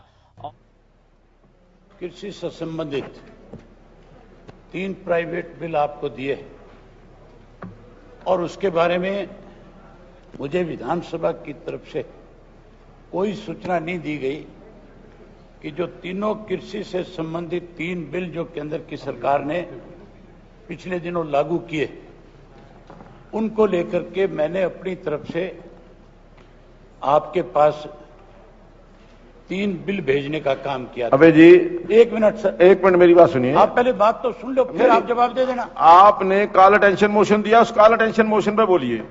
मैंने आपका स्वीकार किया है। कॉल अटेंशन मोशन एक बहुत आपने कहा अहम मुद्दा है। उससे पहले उस मुद्दे के ऊपर आप बोलिए। ये कृषि वाला इशू जो है ये बहुत जरूरी और अहम है। मैं सिर्फ मैंने जो 3 बिल आपको भेजे, मुझे जहां तक जानकारी इसकी लगातार मिलती रही कि आपने पहले एलआर के पास भेजे, एलआर ने लेकर के डिपार्टमेंट के पास भेज दिए। डिपार्टमेंट की तरफ से क्या लिख कर के आया, क्या डिपार्टमेंट ने उस पर फैसला लिया, कम से कम आप मुझे अवगत तो कराओ इस बात के लिए। एलआर की जो मैंने जब आपको एक बिल भेजा है प्राइवेट अपनी तरफ से, उन बिलों के बारे में तो मुझे जानकारी तो मिलनी चाहिए। भी आपने उनको डिसअलाउड किया, आप अलाउड कर रहे हो, आप उस पर किसकी राय ले रहे हो, क्या राय आई है, डिपार्टमेंट ने उस पर क्या कही है, जानकारी तो आप मुझे दोगे कि नहीं दोगे? हाँ बिल्कुल मैं दे रहा हूँ आपको जानकारी। पहले आप उसकी जानकारी दो, फिर मैं अगली चीज। ये पहले जो प्रस्ताव लगा हुआ है इसके ऊपर चर्चा कर रहे हैं, मैं उसकी जानकारी भी दूंगा। उससे अहम बात है ना। हाँ जी, ये उससे ज्यादा जरूरी इशू है। नहीं वो सभी जरूरी हैं मेरे, ये भी जरूरी है, वो भी जरूरी है। उसके बारे में आपको मैं इन्फॉर्मेशन दूंगा कि क्या हुआ और क्यों नहीं हुआ। जितने भी इशू मैंने आपको दिए हैं कोई गैर जरूरी नहीं है, सारे के सारे बहुत जरूरी हैं। जो भी है तो उनमें से भी केवल 3 ही अलाउड किए हैं। देखिए अबे जी, बाकी तो आपने सारे एक मिनट मैं सभी सदस्यों दो को बातें कहते हो आप। मैं जानकारी देना चाहूंगा कि कॉल अटेंशन मोशन एक सीटिंग के अंदर एक लगता है। 50 कॉल अटेंशन मोशन आए हैं, 50 दिन की 50 सीटिंग चाहिए, तब कॉल अटेंशन मोशन सबके लग सकते हैं। जो उसमें महत्वपूर्ण कॉल अटेंशन मोशन है मैंने उसमें लिया है, आपके ही लिए है दोनों, जो आपके क्योंकि पहले आए थे इसलिए मैंने आपके लिए जो कॉल अटेंशन मोशन आपने दिए हैं वही लगे हैं। आप अभी तो किरण जी, आप अभी तो सभी में कह रहे थे कि अगर कोई बिजनेस होगा तो हम इस हाउस का समय बढ़ा सकते हैं। बिल्कुल। जो हमने आपको दिए कॉलिंग अटेंशन मोशन, ये क्या गैर जरूरी चीजें थी जो आप नहीं, कोई नियम के अनुसार ही लगेंगे ना। नहीं तो फिर आप जो नियम समय बढ़ा दो, ये जो नियम हाउस का समय बढ़ाओ आगे। ये जो नियम बनाए गए हैं, ये नियम बनाए गए हैं, ये मैंने नहीं बनाए। अच्छा, ये नियम के अंदर मैं आपको पढ़ करके सुना देता हूँ। एक नियम आप और पढ़ लें फिर इसमें। हाँ जी, एक नियम और भी है इसमें लिखा, उसको पढ़ लें। पढ़ लीजिए। जो 13 A member may, with the permission of the speaker, call the attention of a minister to any matter of urgent public importance, and the minister may make a brief statement or ask for time to make a statement at a later hour or date. There shall be no debate on such statement at the time it is made, but each member in whose name the notice stands may, with the permission of the speaker, ask a question, provided that names of not more than 5 members shall be combined or bracketed. तो आपके जो आप फिर rule और, हाँ जी, rule 13, हाँ rule 13 जो वो भी निकाल, हाँ रूल 13 निकाल, उसमें क्या लिखा है